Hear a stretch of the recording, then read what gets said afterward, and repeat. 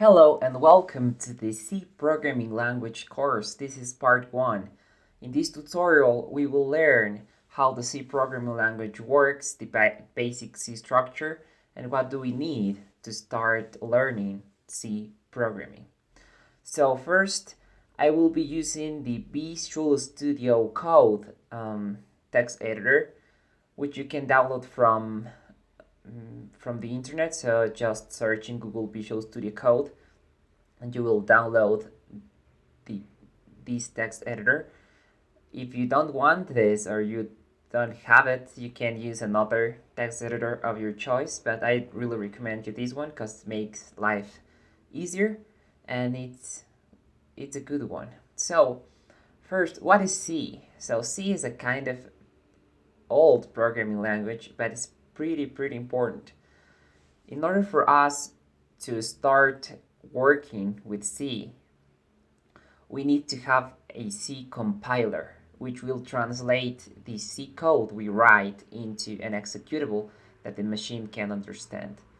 So as requisite for this course, you will have to be running a Linux distribution and you'll have to install either the GCC compiler or the CLang compiler.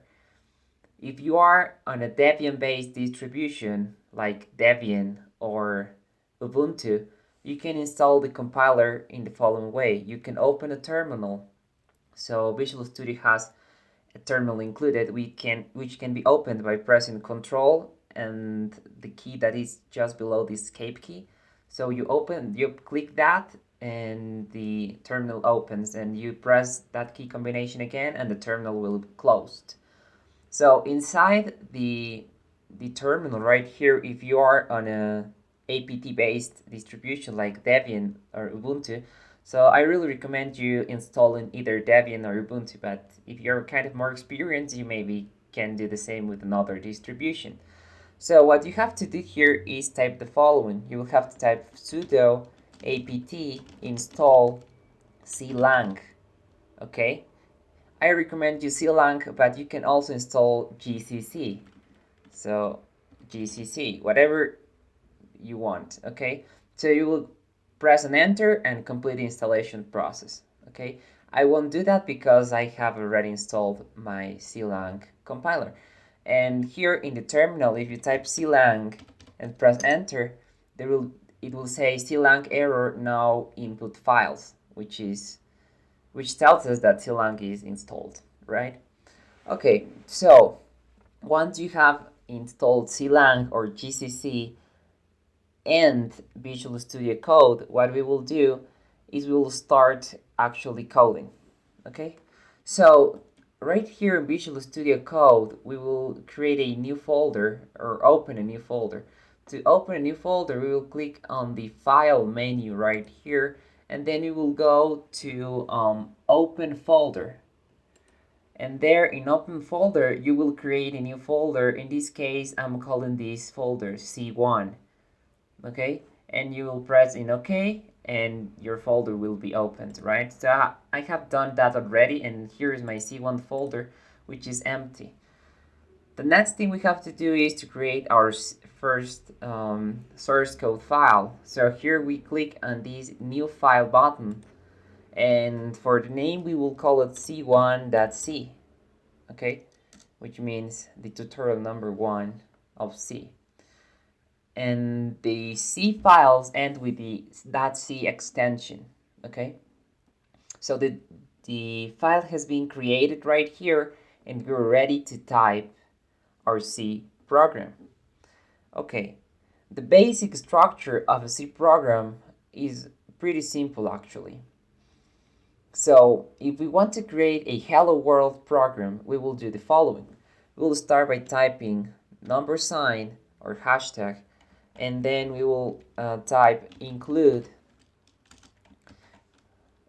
stdio.h, okay? So this is the way we include an external library or file to our C program. This will be the only library we will be including right now because it enables us to get input from the user and also output to the screen. So now we have to create the main function. To create the main function, we will type the following. We will type int main, okay? And we will open a bracket right here and we will return 0. As you can see, this is the main function, and this is kind of the simplest C program that we can make. To format the document in Visual Studio Code, we can press Ctrl-Shift-I, and as you can see, it will be formatted kind of in a more ordered way, which is awesome. So right now we have our first program, but we want the program to print hello world. To do that, we're going to type printf. We will open parentheses and double quotes. We will say hello world. Okay, so this is kind of our first program we will print right here. So how do we run this program? Well, first we have to compile it, and then we have to run it. To compile it, we will open the terminal, and if we type ls and enter, which means list the files that exist in this directory, there we can see that we have our c1.c file. So if we want to compile that file using clang, we will do and type clang, and we will say c1.c. So clang space c1.c. We'll press and enter. The program will be compiled, and if we go and say ls again, now we can see that the compiler has created a new program which is called a.out. So that is our actual program that can be run on our computer. So to run that program, we have to do the following. We have to type /a.out. The / means run the a.out program that is in this current directory, kind of saying local. Okay, we press and enter, and as you can see, the program prints hello world, exactly what we told to do. Now, as you may see, when after we print hello world, the new terminal comment is shown there, which we don't want that. So we want to show it in the next line. So to fix that, we will go to our code, and here in hello world, we will enter a backward slash and the letter N, which means new line. This means N escaped. Okay, so this won't be printed. The N won't be printed. What this means is please print a new line. Okay, so we're gonna save this one. We're gonna go to the terminal. We're gonna go again and say clang space c1.c, and as you can see, the program is compiled. Now to run it, we press /a.out, and as you can see, now we print hello world and a new line, which is exactly what we want to do, which is awesome. Okay, so this is the basic workflow to code in C, which is pretty easy. We can make this even easier by creating a file that will contain the clang commands. Okay, so to create that file, we will press here new file, and this file will be called cc. Okay, which means compiler, kind of, yeah. Okay, and right inside this file, we're gonna type clang, and if we want to change the name, if we don't want the a.out name, we can change it here. So to change the name, we do the following. So we first give it the source file name, which is c1.c. Okay, and then we will press -o space, and now the output name. So -o enables us to specify the output name of the executable file. In this case, we will call it C1. Okay, we will save this file. We will switch to the terminal, and if we go and run cc by saying /cc, then it says permission denied. So we have to enable the program to run. To enable permission in Linux, the running execution permission, we will do the following. We will press chmod space plus X and the name of the program, in this case cc. We press enter, and now we press /cc. We press enter, and now the program has been compiled automatically. So now we have reduced the clang c1.c to just cc. If we list the directory by saying ls, we will find some files right here. So the first, which is a.out, we don't need it anymore, so we can remove it. To remove that file, we're going to say rm a.out. And when we do this, we can see that the file has been renamed. And the first file here is C1, which is our executable that was produced by our CC file. So to run the C1 file, we're going to say /C1. We press enter, and you can see it still works.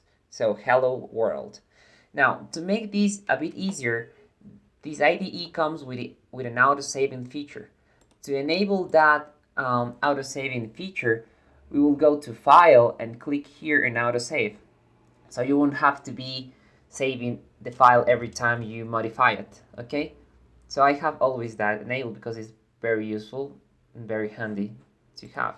Now, if we have a lot of output in the terminal, we can clear the output by typing clear, enter, and as you can see, everything was cleared. Okay, if we switch back, we can now close the CC file because we won't need it. And as you can see, now we have our basic C structure. So how this actually works? Well, the main thing right here is actually this main method, okay? The int main method. So this method will be called by the system. So you always have to write a method that is called the main method because it is the entry point of your program. Okay, so the first word we have here is int, which means that this function, this method, will return an integer. In this case, as convention, we return 0. Okay, and inside these two brackets is what the method execution lines are created. As you can see, we have two execution lines right here. One is printf and the other one is return. Okay, so that's how we print text, which is pretty easy, right? Now, how can we print, for example, a number? Well, we can either print it as a text the same way, but saying, for example, instead of hello world, we'll print a number 4. If I go here and to run, we have to do cc, and then we have to do c1, and 4 is printed right here. Okay, but I want to print maybe a variable name. So, for example, if I want to create an integer variable name, I will do the following. I will type int number. The number is the name of the variable, and I will set this to 1000. And to end the line, we also have to end the line with a semicolon. Okay. Now, what if I want to use printf to print this number? Well, we will do it in the format way. That's the F in printf stands for. So we're gonna create double quotes here, and we will gonna type a %, a D, which means print a decimal number, kind of a number, an integer. And after this, we will print a new line. So as you can see right there. And here we have to pass the actual number, the argument. And to print a number, we'll say just number. Okay? So let me go through this again. So first we have defined our number as an integer variable, which has the value of 1000. Next we want to print that 1000 number into the screen. For that we call the printf and tell it that we want to print a number. To tell it that we want to print a number, we tell it %, and v. Okay? And we also tell it after you print that number, after you print that number, print a new line. This new line is just to make it look nicer, right? So you print a number and then a new line. And after that, we write a comma, and as the second parameter of the printf method, we pass the actual number we want to print. In this case, this variable, which contains the number 1000. Okay, so as you know, a variable is kind of a cell in the memory that stores a value. It can be an integer or a boolean or any other kind of value. So pretty easy, right? And then we tell it to return. So which basically means exit the program. We have done everything we wanted to do. So let's run the program and check if it works. So first we're going to go and say cc to compile the program, and then we're going to say /c1 to actually run the program. And as you can see, the number 1000 is printed, and in a new line is printed this new kind of a terminal prompt. Great. So we have done this, and this is kind of the basic way in which we execute a program. Okay, now let's see. In other programming languages we have comments. We also have comments in C. To create a comment, we have two ways of doing it. The first one will be by starting the line with 2 forward slashes. Okay, so remember, these are forward slashes, not backward slashes, which are different. So we go and type 2 forward slashes, and here we can type whatever we want. For example, this is the first C tutorial video. Okay, so that's a comment which the only function of it is for the person who reads the source code to know something useful about the source code. It's kind of an annotation, that it's kind of a note for yourself, right? Okay, but that's kind of a single line comment. But what if we wanted to create a multi-line comment? Okay, to create a multi-line comment, we will do the following. We will press 1 forward slash, and then we will enter an asterisk, okay? And that kind of defines where the comment starts. And we also have to define where the comment ends. And to define, we can go maybe lots of lines below, okay? And to determine where the comment ends, we're gonna also enter an asterisk and again another forward slash.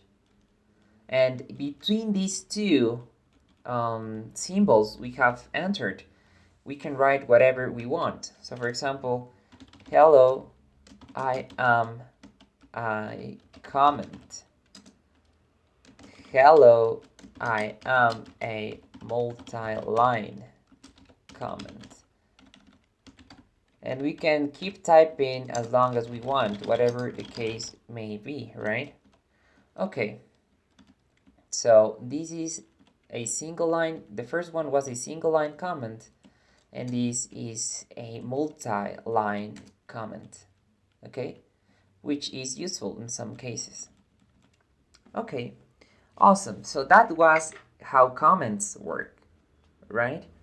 So basically, in C, we have a couple of variables we have to know. Variable types. The first one, we already wrote it, was an integer. So an integer stores 4 bytes. So it needs 4 bytes. So occupies 4 bytes of memory. So this is just the size of it. You don't have to memorize it. So if you want to kind of use a smaller number, you don't need 4 bytes, because 4 bytes can represent up to 4 billion numbers of the number 4 billionth, which is a lot, which you may need that, but sometimes you may need something smaller. Something smaller than an int is a short. So you can say short is the half of an int, right? So for example, short, I will call it I am a short. I am short, for example. And this number occupies only 2 bytes, and this can handle up to, in signed way, it can handle up to, I think, 15,000. Let me check. I think it was 15,000. Oh no, 32,000. So short goes from, oops. So these variables can store positive and negative numbers. For example, this can store -4. The int one can also store negative. All of them can store negative. And this variable needs 2 bytes, okay, of memory. So, oh, and remember to end the line with the semicolon, right? So we can also write comments after we ended the line, as you can see right here. So that's an int, which requires 4 bytes, and this is a short, which requires 2 bytes. And we also have one that requires 1 byte, which is a char. I will call it char. And this can handle numbers between -128 to +127, okay? And this is 1 byte long, okay? So maybe if we want to order these guys, we will kind of change them and write first the smaller ones, and then we will write the larger ones. So we start with char, then we go with short, then we go with int. So if you guessed, if you wonder if there's a variable that needs 3 bytes, well, there isn't. So the smallest one is a char. The next one is a short. The next one is an int, okay? And we also have a long. Well, a long is able to either hold 4 bytes or 8 bytes, which is kind of 64 bits wide, okay? So as you may know, 1 byte is 8 bits, okay? 1 byte equals 8 bits, right? And 2 bytes equal 16 bits, so 2 times 8. And 4 bytes equals 32 bits. So if we define a long, we can use up to 8 bytes, which are 64 bits. So basically that's how this works, but sometimes the C language, which is kind of old, in that time in where the C language or C specification was made, the longest size or bit width was 32 bits. So the long in some machines is 32 bits. So in order for us to access the 64 bits of the machine, because nowadays almost every machine is a 64-bit machine, we have to do and write long, okay? And this will be long. And as we are changing this, we can also change the number to int. And of course, when we print it, we also have to change it to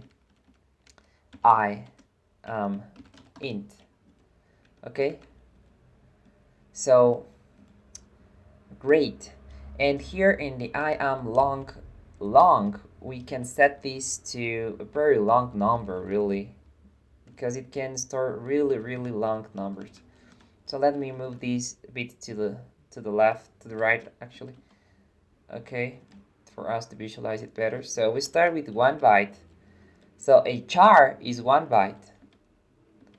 Okay, a short is 2 bytes. An int is 4 bytes. And a long is 8 bytes, which is 64 bits. So the most used ones are the first 3. Sometimes you also require kind of 64 bits, but not very often, right? Okay, so we will do some experiments to know how this works. And as a way of doing these experiments, we will introduce the for loop. Okay? So we will introduce the for loop that will enable us to understand how these variables work in C. So to do that, we're going to create the following for loop. We're going to say for, we open parentheses and say int I equals 0, right? I less than 1000, for example, and I plus plus, which this is saying is run this loop 1000 times. So how do we specify this in this way? Well, we start with 0, then we go with 0 up to 999. So we have 999 plus the 0 state is 1000 states.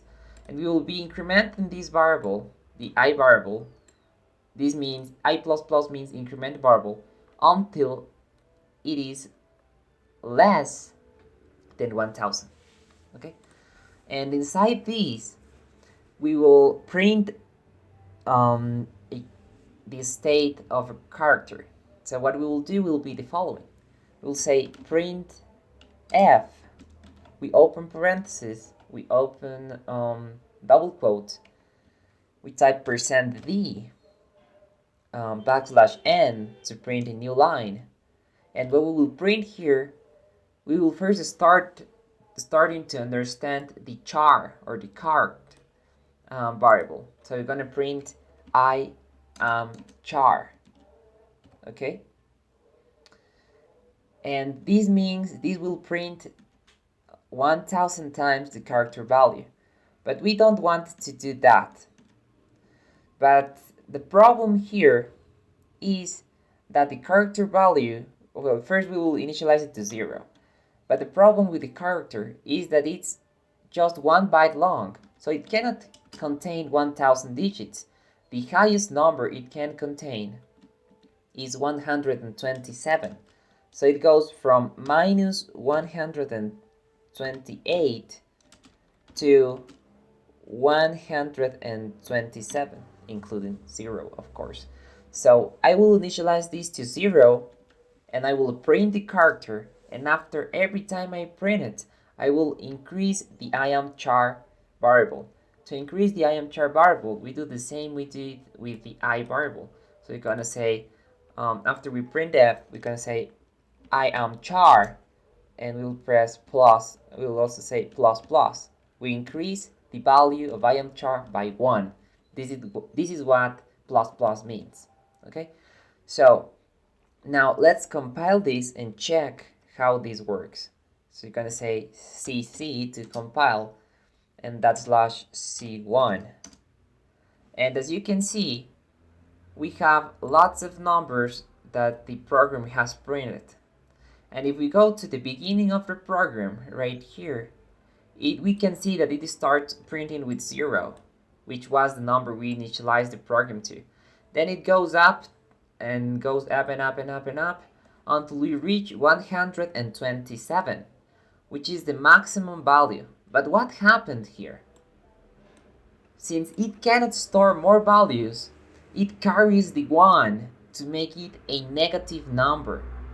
And so it goes to the smallest number, or the largest negative number if you want to call that way, which is minus 128.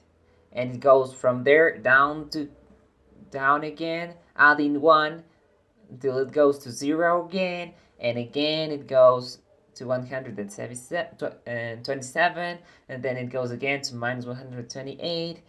And this is kind of a integer overflow because it doesn't have more space. It doesn't have more physical space than its 8 bits. And the 8 bits can only store 256 values. That's why it goes back to the smallest number, right? So that's it for this video. I hope you enjoy it. In the next one, we will learn about the next data types and also unsigned data types, okay, which don't contain negative values. I hope you enjoyed the video and I see you in the next one. Bye. Hello and welcome to part 2 of the C programming course. In the previous tutorial, we learned how C works, how to compile the program, how to run the program, how the basic variables work, and we also created a for loop that enables us to understand how the char variable works. This for loop prints 1,000 times the char value, and after it prints it, it increases its size, its value.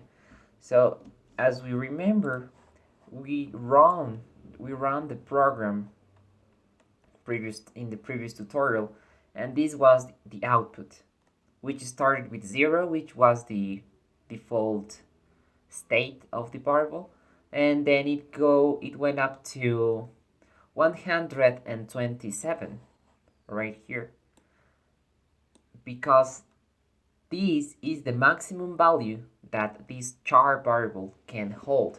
And once it reaches its maximum value, it goes down to the minimum value it can hold, which is negative 128. And it keeps running because we say add 1 and add 1 and then add 1, add 1, and it keeps going. So it keeps adding 1 until it reaches 0 again, and from 0 it goes and keeps adding 1 until it goes again to 128, and so on and so forth, and repeats that process over and over again. So that's the case with a char, which has the values from negative 128 to positive 127, including 0 right here, which totals to 256 possible values, okay? Which are the number of values that 8 bits can represent. So that's it with char. As you can see, all of these variables right here are what are called signed variables, which means can hold both negative and positive numbers, okay? But now we will also learn about unsigned variables. So to create an unsigned char, we just have to write the unsigned keyword before the char. So if we create an unsigned char, it will represent the following. So let's avoid confusion and let's create an unsigned variable right here. So unsigned char, and I will call it I am unsigned char. Now set this to 0 again, okay? So this unsigned char is also 1 byte long, so it's 1 byte, which is of course 8 bits again, so the same as char, but the difference is here. It goes from 0 to 255. So we have 255 plus the 0 number, which totals to 256 possible values that we can have. So this is an unsigned char. This means if we do this on a loop, it will cycle only between 0 and 255, and then it will go back to 0, and then again and again and again. So to check this, we will do just that in the loop. So instead of printing the I am char variable, we will print I am unsigned char. Okay, and of course we have to increment the same variable, so we're going to print I am unsigned char, incrementing the unsigned char and also printing the unsigned char. Okay, so let's go to the terminal, and to clear the previous output we want to type clear, and as you can see everything is cleared, and right here to compile it we press /cc and the program is compiled, and now to run it we will press /c1.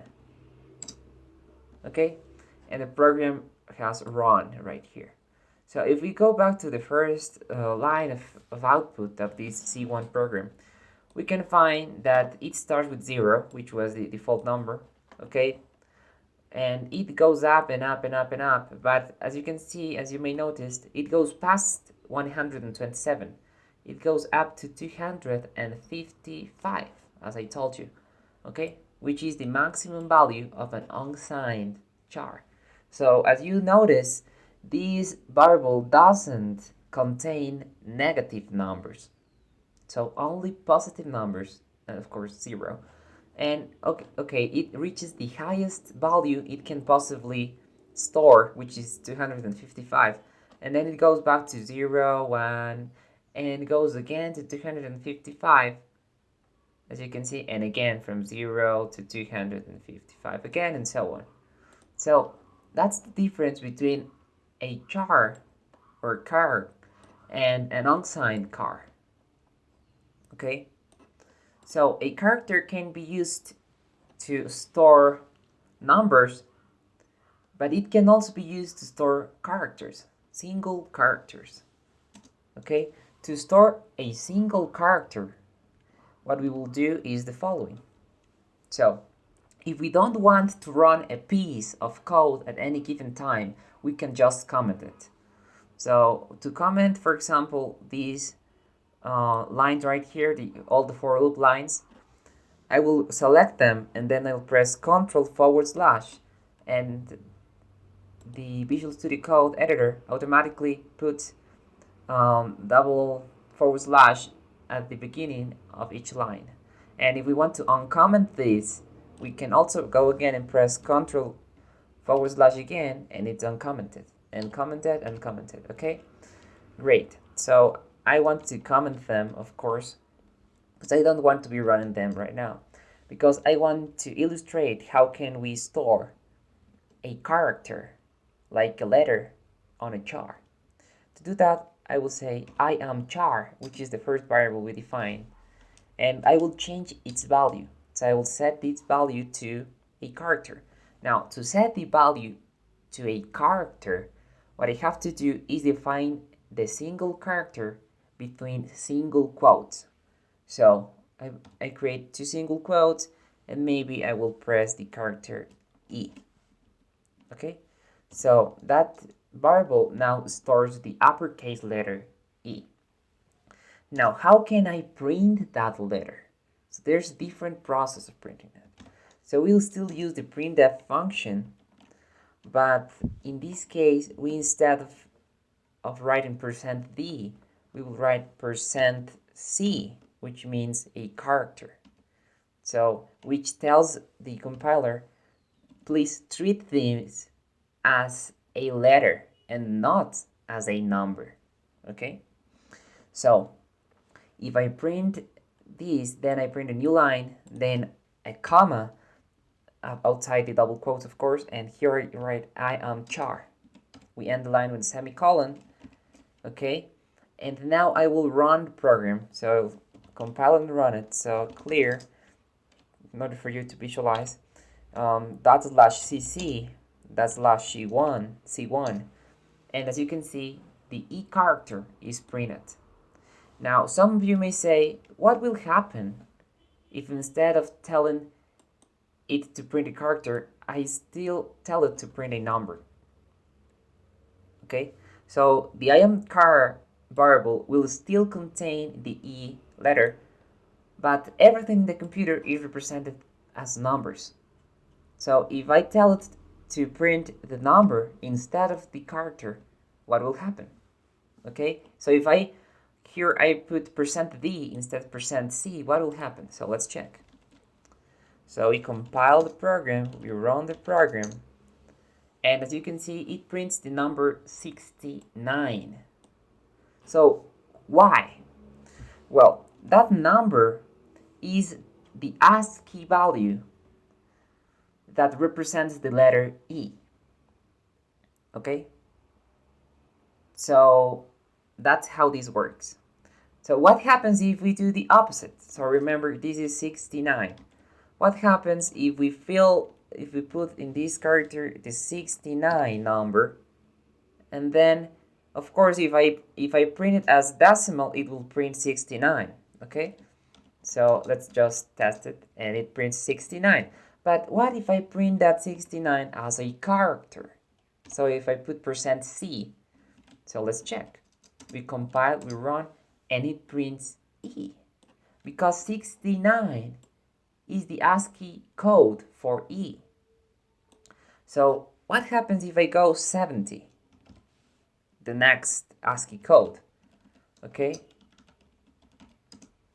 F is printed, because F goes after E in the ASCII codes. Okay? But that's uppercase. What maybe we want a lowercase letter? Okay? So the same. We will print an E right here and lowercase e, but instead here we will print a decimal to check what the E ASCII code is. So you can say CC and then C1, and the lowercase letter e is 101. So these are just ASCII codes that were defined long time ago in a kind of a specific way, which doesn't have to make sense, okay? But some of them are ordered, okay? So what we will do now is to make a little experiment, okay? What we will do now is try to print all the ASCII values we can, but we will transform from numbers to ASCII values. To do that, we will set the IAMChar to 0 again, which we don't really need because the default value, as you can see right here, is already 0. So we don't need to do that. But now we will create a for loop. Okay, so we're going to go and say for int I equals 0, colon, semicolon, I less than maybe 100th. Okay, we don't want to print that many, and I plus plus. Okay, so this is how the for loops works. I have explained how the loop works in the previous tutorial, and inside this for loop we will write a code that will enable us to understand the ASCII values. Okay, great. So you're gonna say print f, and we'll print a character, so %c, and then a new line, \n, and comma, and we'll print IAMChar, or IAMChar, however you want to pronounce it. And after this, we will increment the IAMChar variable, IAMChar plus plus. Okay, so what this will do is we'll print the 0, but not as 0, so not at 0, but as an ASCII, the ASCII code of 0. Okay, so let's run it. So we compile it, we run it, and we have lots of letters printed, as you can see. So, and when we start, we have almost nothing. Why do we have this blank space? Because I think from 0 to the 30, there's no ASCII code because they weren't defined. So, and then it starts, here is where the ASCII code starts. 1, 2, 3, 4, 5, 6, 7, 8, 9, colon, semicolon, greater than, or less than, equal, greater than, question mark, at, ABC, uppercase. So it starts with uppercase. Okay, it goes to Z, then goes with these brackets, slashes, these symbols, and then it will start with A, B, C, and so on. Since we are just printed 100, then it stops here.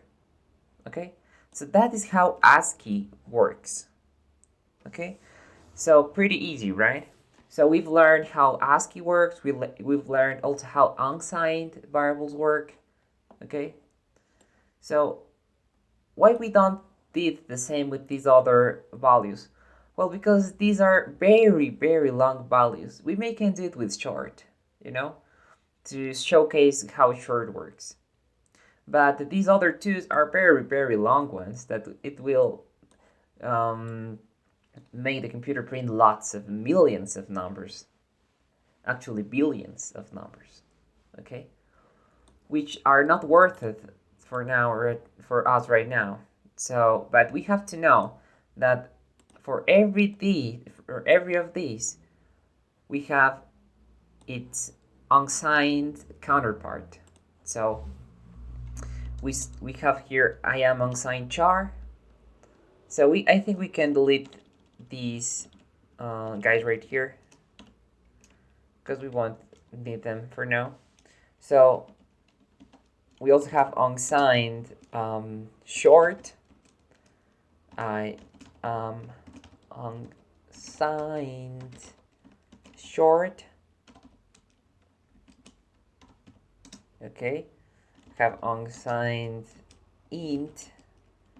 I am unsigned int 0. So it's a good practice to initialize variables to 0, right? And we also have unsigned long in this case, which is I am unsigned long. Okay, so these are the basic integer data types. Okay, but what operations can we do with these data types? So, of course, we can do additions, subtractions, multiplications, and divisions. And we can also do modulus operation, which returns the remainder of a division. So to showcase that, we will do the following. Okay? So we will print f %d \n, comma, and here, for example, we can say it to print the addition of two variables, for example. Okay, so we're gonna create here an int, which is kind of the most used data type in any programming language, not only in C. So int, and I'll say n0 will be to 1001. Okay, and then create another int. It will call n1, and this will equal to 1002. Okay, doesn't really matter. And now maybe we'll call int n2, and this will be equal to n0 plus n1. So this is how we use addition in C. So the first variable stores the first number we want to add, which is 1001. The second variable stores the other number we want to add, which is 1002. In this case, the third variable stores the addition or the sum of that two previous variables, which is n0 plus n1. And now if we want to print the result of that sum, of that addition, we will go and say printf %t backslash n and n2. Okay, so we will run the app to check if it works. tc c1, and the result is 2003. Okay, which is awesome. So that was addition. Now, what if I want to do subtraction? So I change the plus sign with a subtraction sign. And I go again and compile it by saying cc c1, and the result is -1, because 1001 minus 1002 is -1, which is awesome. Now, if we want to multiply these two, we're gonna put the asterisk is the symbol to do multiplication in C. So I'm gonna put an asterisk and we will get the result. cc /c1, and the multiplication of this number is 1,003,002, as you can see. Now, what if we want to do division? So division is a /, as you can see right here. So we go and say cc c1, and the result is 0, because we're dividing a number by a larger one.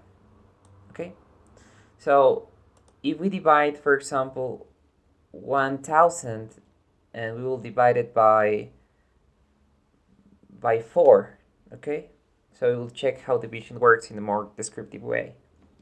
So cc c1, and the result is 250, because 1000 divided by 4 is 250. Okay, so that's how we work in C. Now, I also told you that we have the modulus operator, which returns the remainder of the division. Okay, let's stick with division for a minute, and we will do 10 divided by 4, right? So if we do 10 divided by 4, we set 2, but 2 times 4 is 8. But this is integer division, so it's not floating point. So if we want to get the remainder of that division, we can also maybe, okay, let's test with 10 divided by 3, which will be 3. So if we test it, it will be 3. But if we want to get the remainder of that division, which in this case is, 3 times 3 is 9, and 10 minus 9 is 1. So it will be 1. To get the remainder, we use the % sign, which means modulus operation. So which means n0 modulus n1, or 10 modulus 3. And if we run this, we will get 1, which is the remainder of the division. So we have addition, subtraction, multiplication, division, and modulus operator, which are the basic operations or arithmetic and mathematical operations that we can do in C. Those are built in the language, and we can do them pretty easily.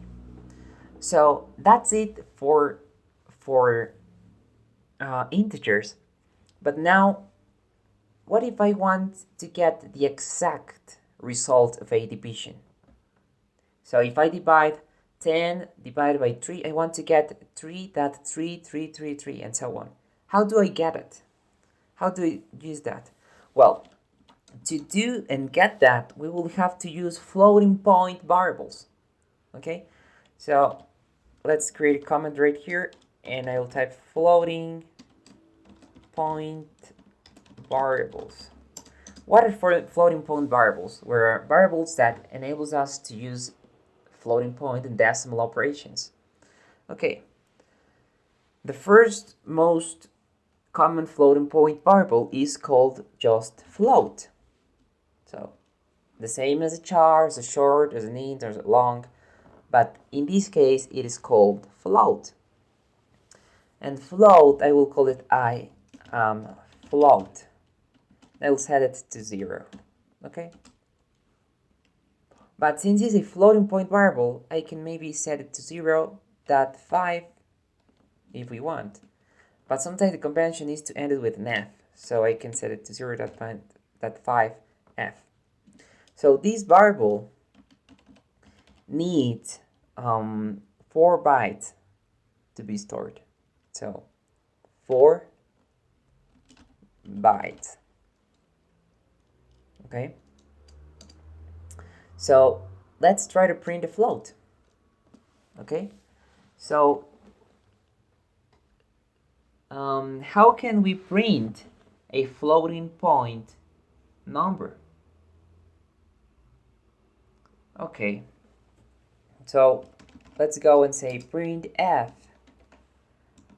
%d, because the decimal, okay, and of course I have to put this in double quotes, so %d oh no, %d for \n, so the same we were doing previously, nothing new.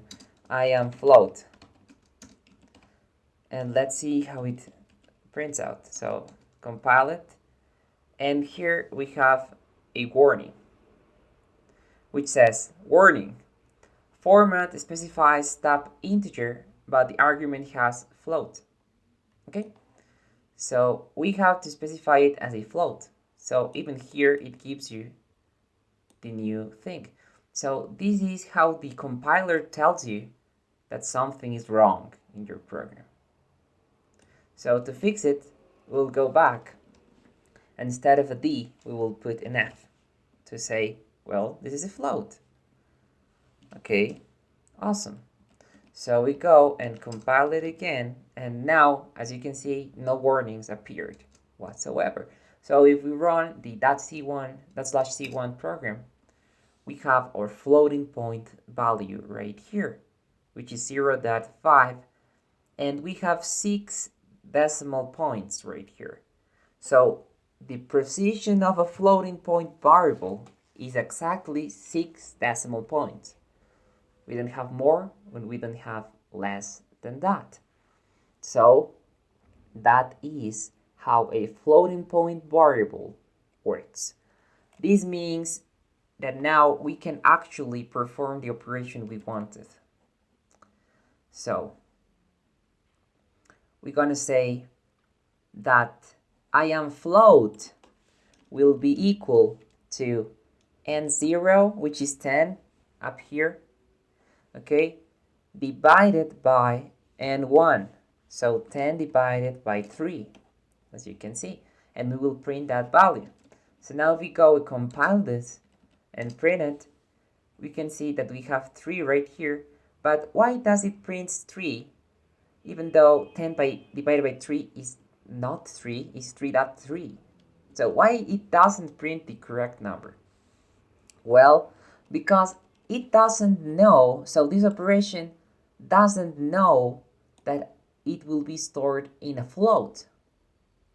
So it doesn't know. So how do we tell it that, hey, we have a float, it's okay if we store it as a float? Well, we have to cast it, which means kind of translate two variable types. And for that we write a parenthesis and say float, and also we enclose in parentheses the operation we want to cast. Okay, and let's see if it works now. And as you can see, it still doesn't work. Why? Well, because the result is already 3 on .0. We have to cast both variables, right? So to cast both variables, we're going to say float, and then we will enclose in parentheses the n0 variable right here, okay, divided by, oops, what am I doing? Okay, divided by also another float, which is cast to float, and 1. So parenthesis float and 0 divided by parenthesis float, parenthesis and 1. So now we will run it again. And as you can see, we have the desired result, which is 10 divided by 3 is 3, that's 3. Okay? So we're able to actually get floating point results with these floating point variables. But what you will say, if I don't want to do this, can I just define n0 and n1 as float? And the answer is yes, you can. So here we will define it as a float. So we can say float n0, I will call it f to differentiate between the previous one. I will set it to the same value, which is 10. And then we'll call it float n1f. And I will set it to what was it? 3. Okay. So to make my life a lot easier, I will set I am float to n0f divided by n1f. Why I don't have to cast here? Well, because these variables are already float, so we don't have to translate. We had to translate previously because it were integers, and we wanted to translate it to floats, but now we don't have to because they are already floats. So let's now run it again. So compile, run, and as you can see, it still produces the correct result in a way easier format. Okay, so that's it for this video. I hope you enjoyed it, and I see you in the next one. Bye. Hello and welcome to part 3 of the C programming course. In the previous course, we learned how to use a floating point variable, how to divide float variables. We also learned how to cast between data types. And in this course, we will continue learning some variables right here. So if we run the program as we left it in the previous tutorial, so let me clear this right here, and I will compile, and then I will run the program. Then we have what we're printing. Okay, so we have so far learned what's a char, an unsigned char, short, unsigned char, short, int, unsigned int, long, unsigned long. Okay, awesome. So now that we have learned the first floating point variable, we will go ahead and learn the next floating point variable. Okay, so the next one is a double. A double has 8 bytes. So I will call double I am double. And maybe I will call it a big number like 10,000, I don't know. Of course, this can start way bigger numbers, but this is an 8-byte variable. So I am double.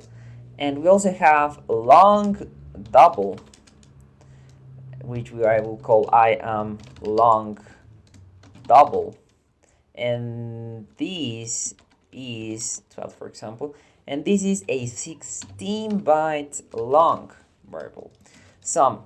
Now, depending on the architecture, maybe if you are in an old architecture, 32 bits, even 16 bits, 64 bits, and also the implementation of the operating system, these values can change. So in order for us to know how long a data type is, we will do the following.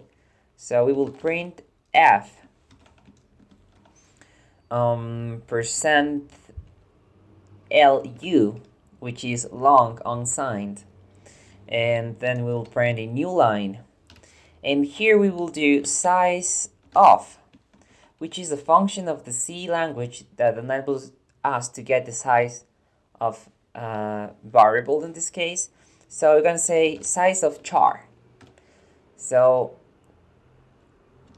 and after this we're gonna put the word bytes. So it will return the size in bytes, right? Okay. Okay, so let's compile and run. And it says 1 byte because a char has 1 byte. Now, the next one, as you may remember, is short, which had 2 bytes. So if you put here short and I compile and run, we have 2 bytes. The same with int.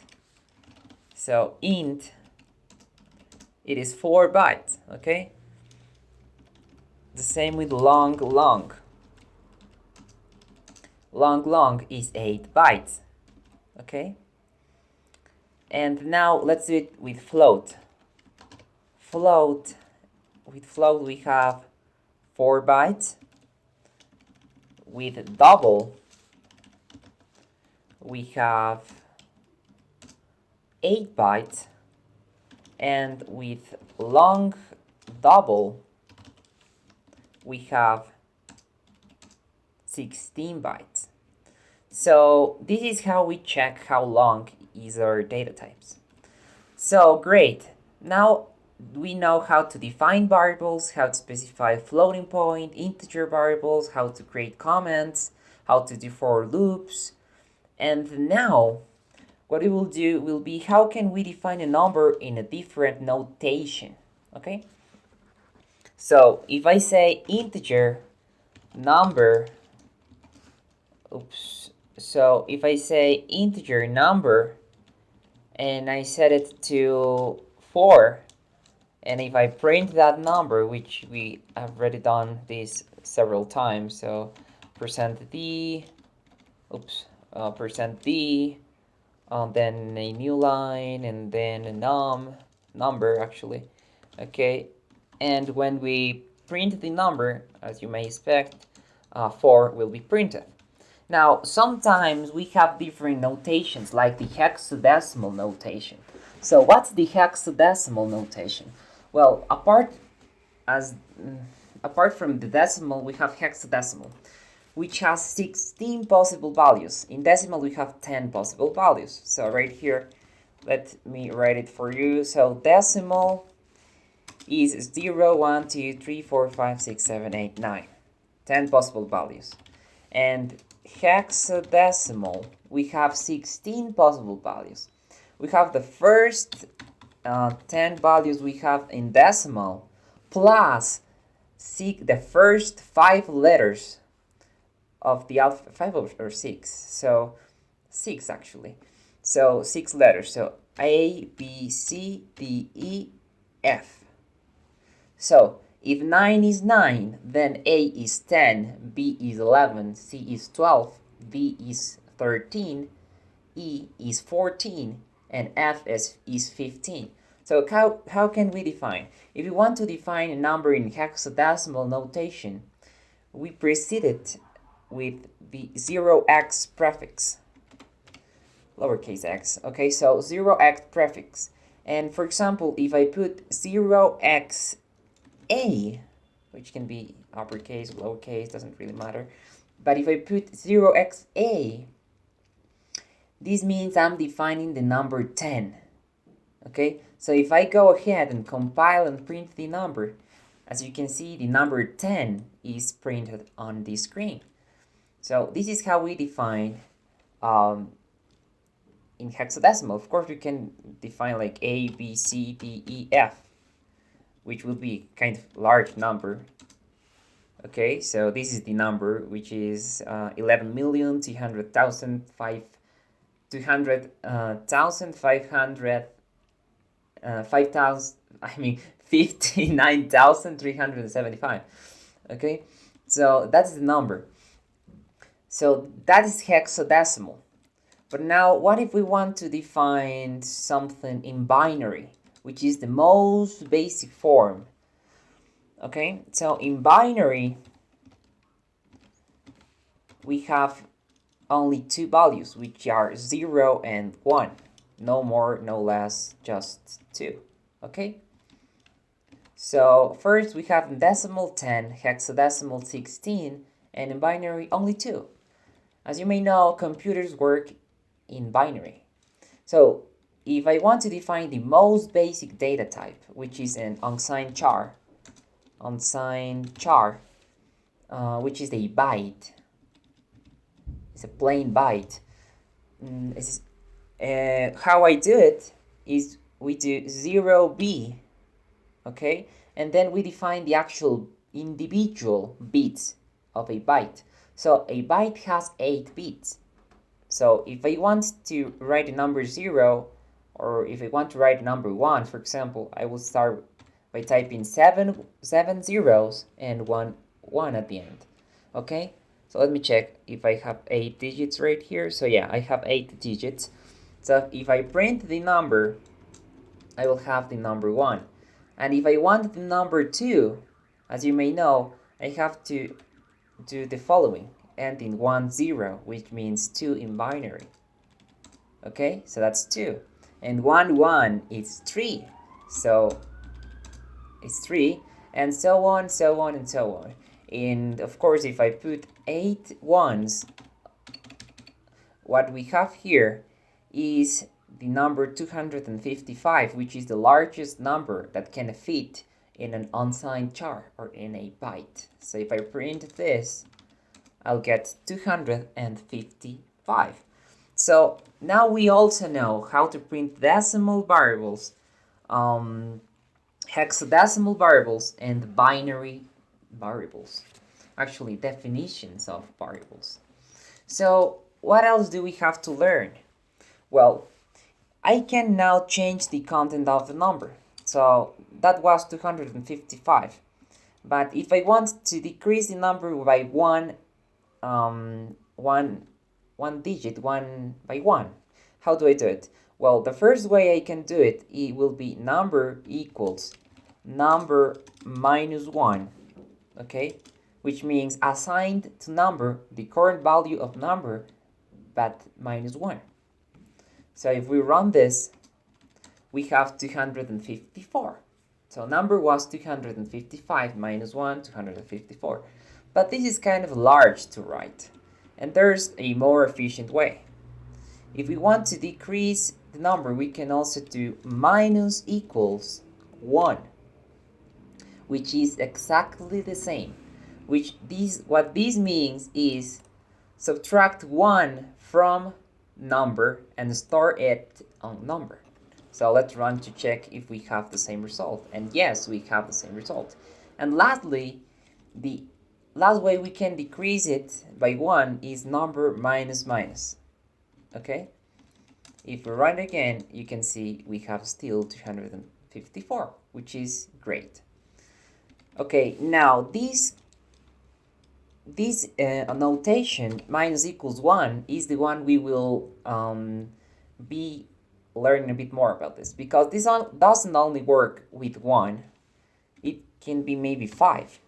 Okay, so if I subtract 5, as you can see, 250, but it doesn't only work with minus or subtraction, it also works with multiplication, for example, or division or something like that. Okay, so for example, number divided by 5, so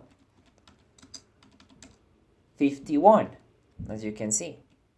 Okay, so any operation really, or number modulus 5, which is 0 because it's a multiple of 5. Okay, awesome. So now we know how to do this. But what if I want to... So right here I am modifying the previous variable I defined right here. Okay? So what if I don't want this variable to be modified? I want this variable to preserve its value. So for that we have to create a constant variable. It's very simple. In C, we just add the const keyword before the variable definition. So const unsigned char number. And as you can see here, we have an error which says that we are not able to modify it because it's constant. Okay? So as you can see, this variable cannot be modified because it's a constant variable. That can work for any primitive variable. Okay, awesome.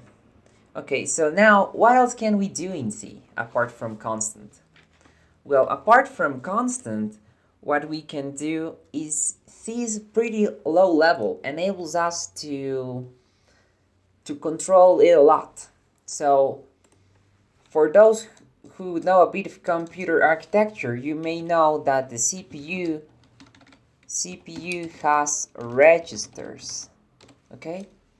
And we can control that in C. For example, if we do a while loop, in C to do a while loop, we will say, for example, let's define int loop count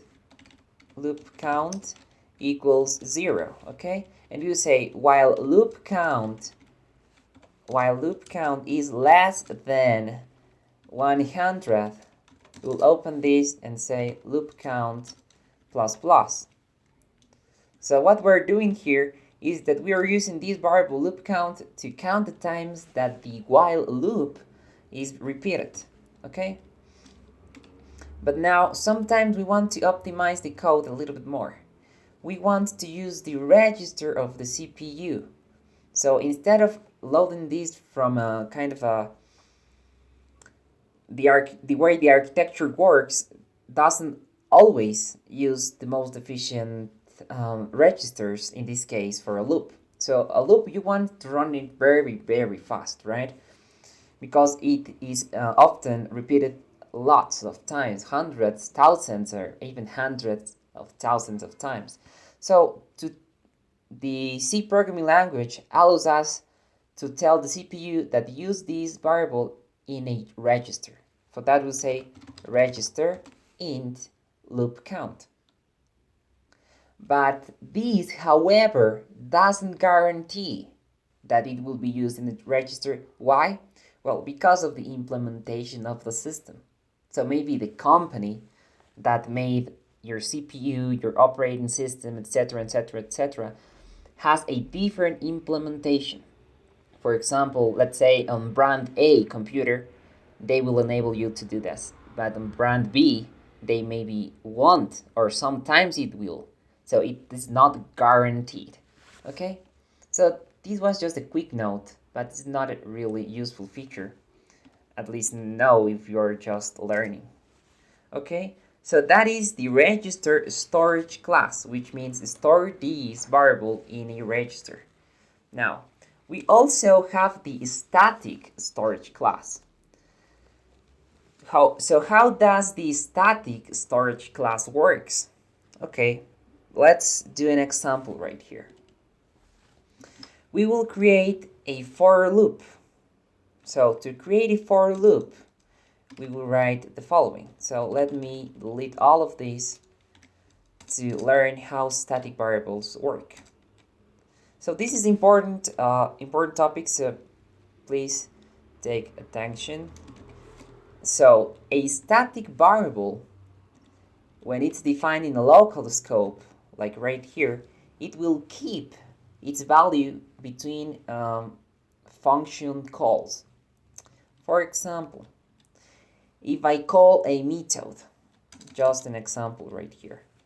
So to call a method, I will say void, which is the default, the simplest way of defining a method, which is basically non-return type or absence of return type. So I'd say void my method.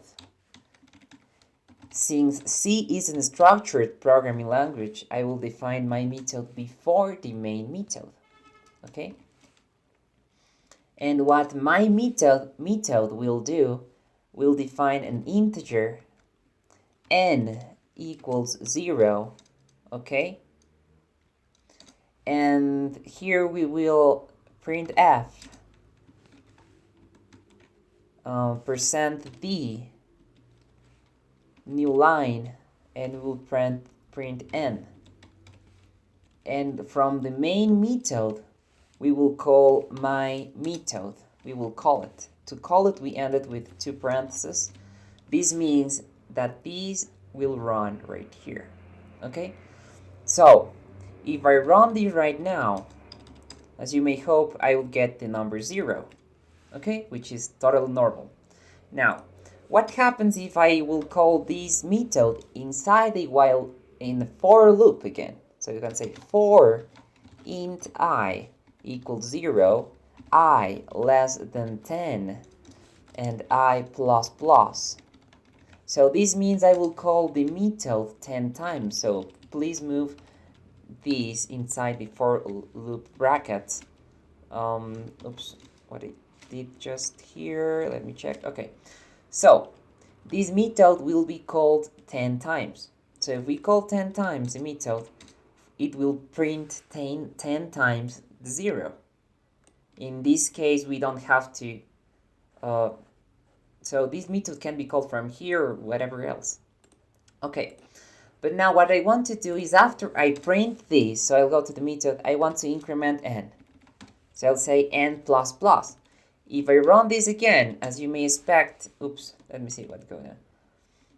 N plus plus. Why is still 0? Well, because every time what I call the method, the int n is set to 0. Another way I could enable to show all the numbers would be to declare the n as a global variable.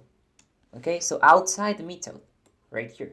If we put that outside the method, we'll go again and run it, and here we can see that the value is actually updated. But sometimes we don't want to do that. We want to put it inside the method, but still being able to preserve the information here. To do that, we will create a static variable. So say static int n equals 0. And we will run it again.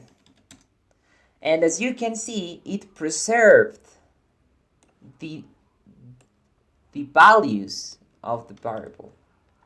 So what does a static is doing right here? It's kind of mysterious.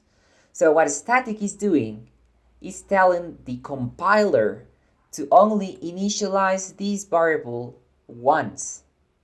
So it will initialize the variable once and will keep the value between method calls. So we're calling 10 times the method, and instead of recreating this variable, it's keeping the variable value in memory, and then we're doing this.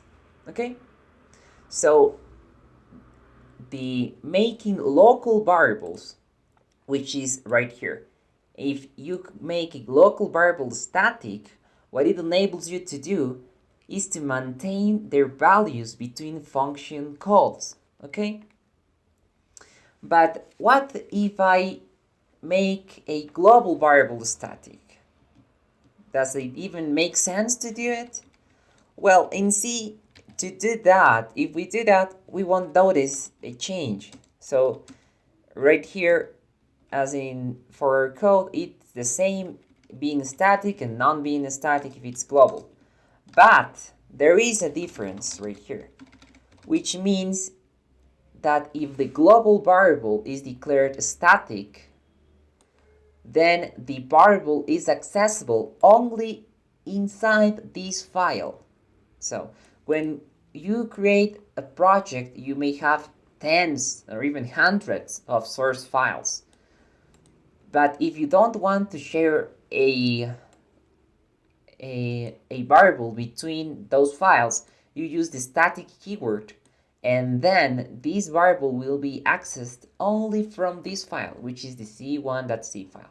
So that's the two functions, the two ways of using the static modifier on a variable. Okay? Now, if we want, on the other side, a variable to be accessed from outside this file, kind of making a kind of a very, very global one, we say extern. So if we say extern, then we are making this variable available from outside the source file. Maybe if we create a file that's called c2.c, okay, and we can access this variable from that file, okay? Awesome. So that's it for variables. Now, as I told you, we have different operations: addition, subtraction, multiplication, division, and modulus. We already learned how they work. We also use these modifier to increment in 1 and decrement in 1. Okay? But now, what about if statements? Okay? So what about if statements? For example, I want to print my method.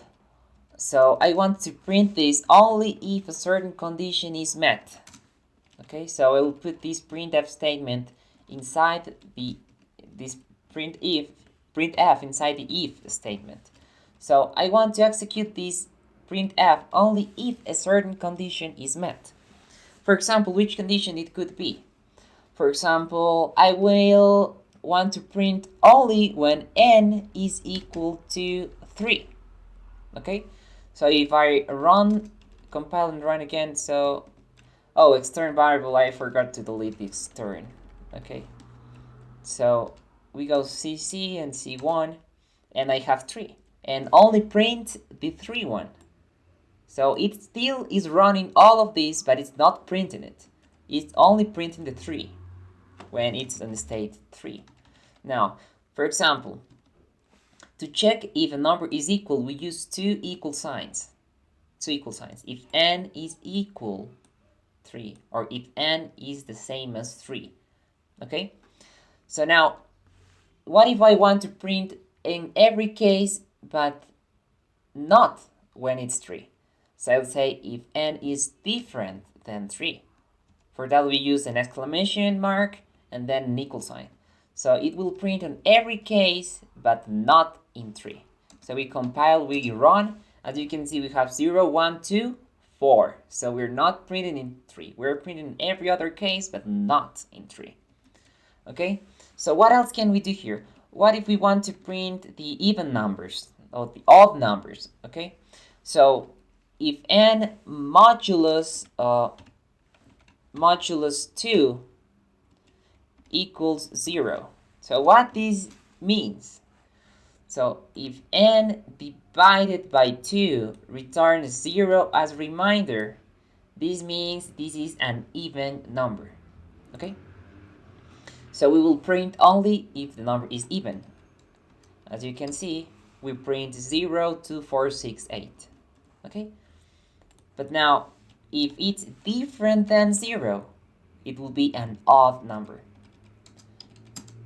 1, 3, 5, 7, 9. So as you can see, we can have lots of things. Maybe we want to print only if n is greater than 4. So we're going to say if n is greater than 4, let's print 5, 6, 7, 8, 9, because all of these are greater than 4. Okay, now it could be also be greater or equal than 4. So if you run this, it will print the same, but also 4. Okay, the same with less or equal than 4. So this is pretty basic stuff. Okay, so we have greater or equal, less or equal, different.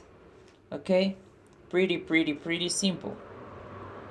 So what if we want to check for two conditions at the same time? For example, we want to print if the number, if n is greater than 4, but also n should be less than 8. Okay, so greater than 4 and less than 8. So how can we do both checks? So we will use an AND operation. So to say AND, we press two ampersands right here, and we will say if n is greater than 4 and n is less than 8. So which numbers are greater than 4 and less than 8? Well, 5, 6, and 7. Okay, so these are two conditions. Now I don't have only one, I have two conditions that this will check. So if I run the app, it will print only 5, 6, and 7. Okay, now I want to print, what if I change the AND with OR? To say OR, we print two of these signs right here, kind of an AND, the OR sign. Okay, if we do here and print it, what we do is we print everything. Okay? So to make this more clear, we're going to say if n equals 4 or n equals 8. Okay? So on either case, so remember here, when if n is 4 or n is 8, we will print it. Okay? So it prints in 4 and 8. Okay? Awesome. So that's kind of how we can specify what kind of stuff we want to do, we want to print, we want to call, and so on. Okay? Awesome. So that's basically how the C programming language works.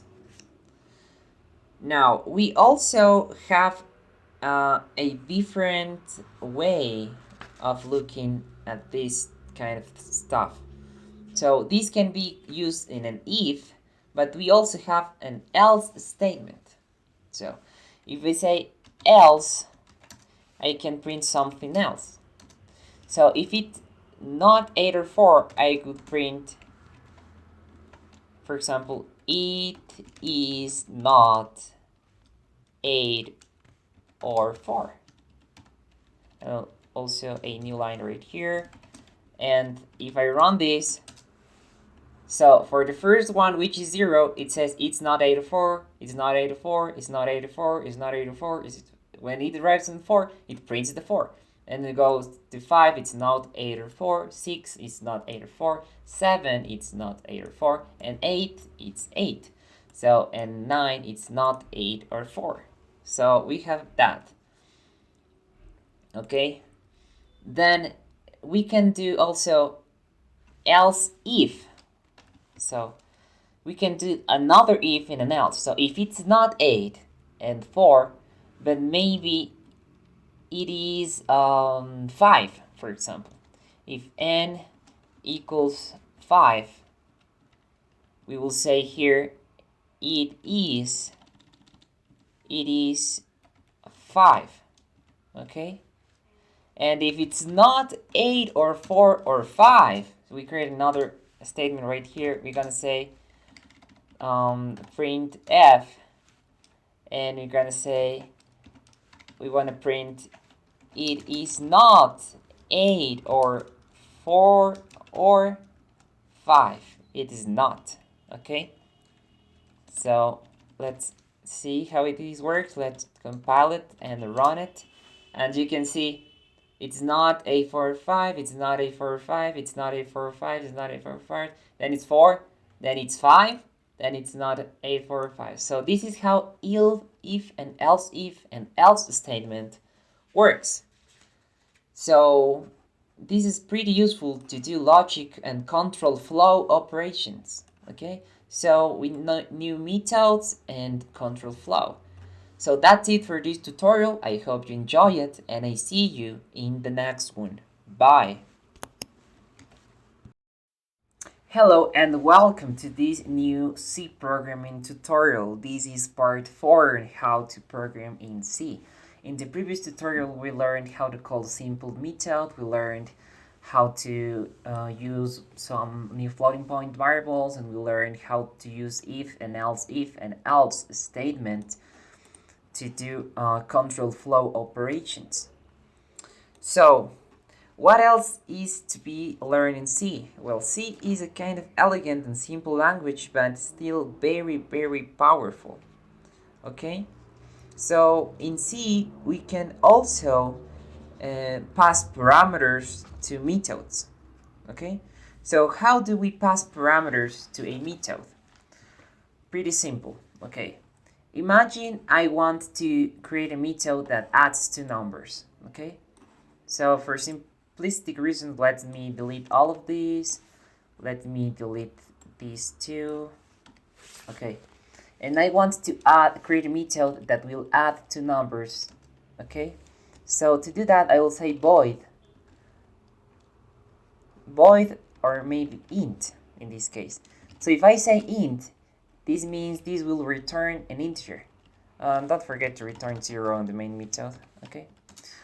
So here, if we say int add numbers, okay, we open parentheses and here we define the parameters. For example, the first will be n, int n1, comma, int n2. So we're defining two parameters that we will add. So to return the added numbers, we're going to say return n1 plus n2. Okay? So how do we call that method? So what do we call it?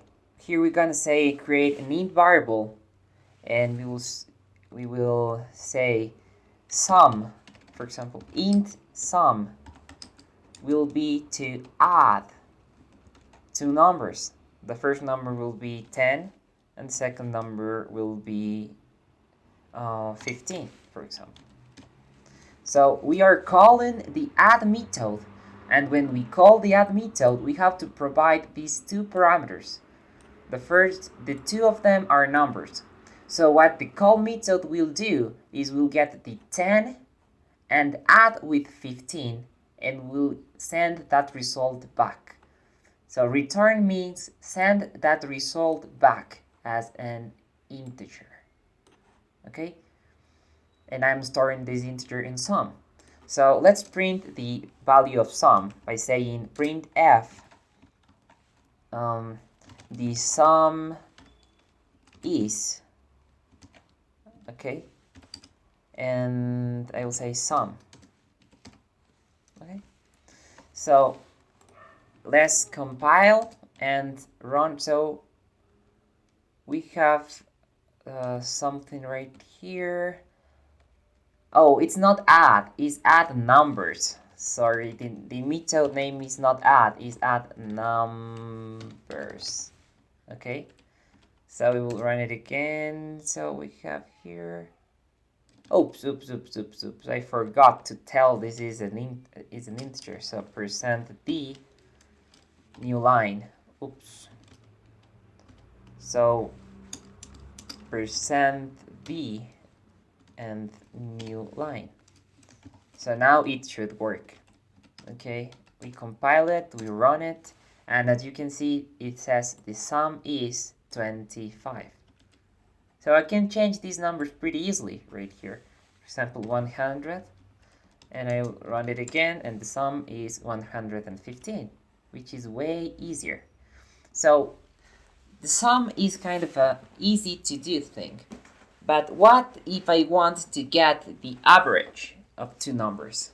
Okay, so we will create another method that we will call it int get average. Okay, and we will pass it again n1 and int n2. These names can be any name you want. And what we want to return right here will be between parentheses, we will first add two numbers and divide by 2. So it will be n1 plus n2, and all these parentheses will be divided by 2. Okay? So we will return the average. So the sum of these numbers is 115.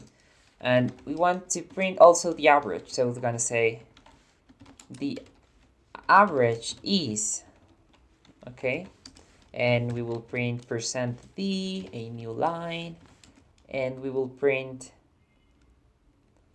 get average. So we don't really have to store this in a variable. We can also print it directly. So we will print get average, again 115. Okay, and if we go ahead and run this, we can say that the average is 57. Okay, awesome. So this is how we call a method in C.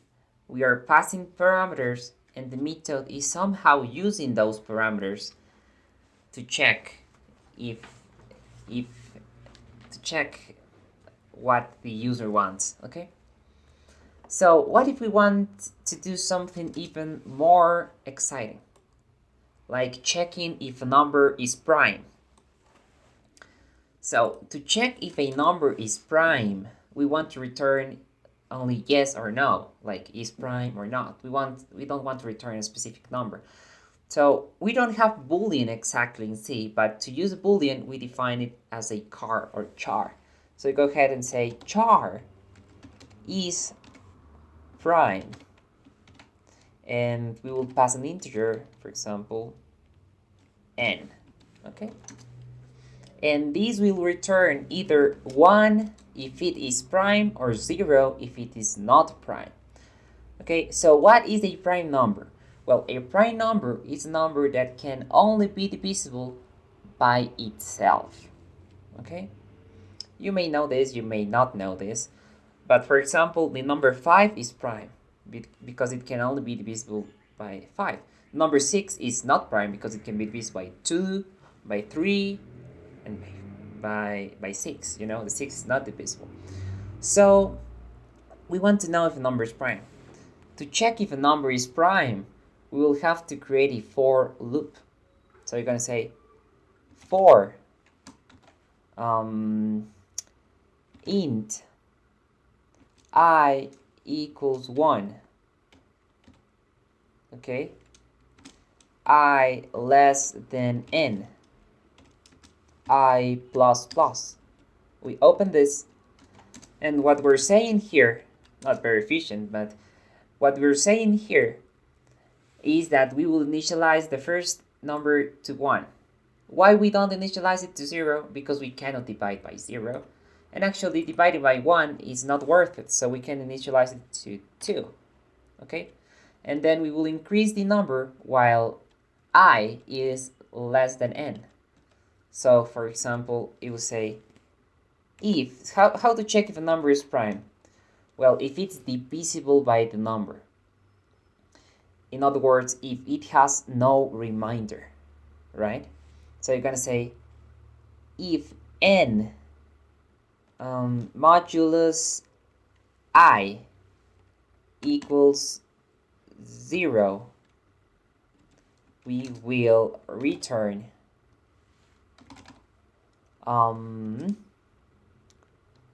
0 because it won't be prime, and we don't have to check up to n.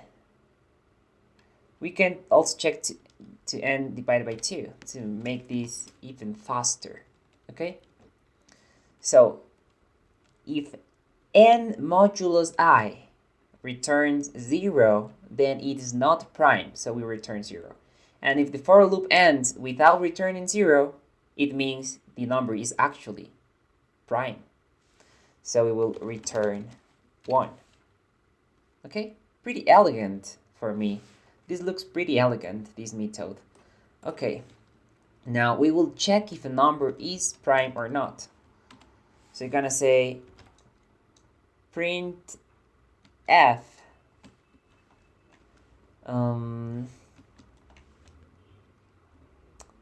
so we're gonna say if is prime, we will say the number is prime. If it's not, we would say the number is not prime. Okay, so we're gonna say here, we're gonna say if is prime, and we'll pass, for example, the number 7. Okay, else. Okay, so if 7 is prime, we're gonna print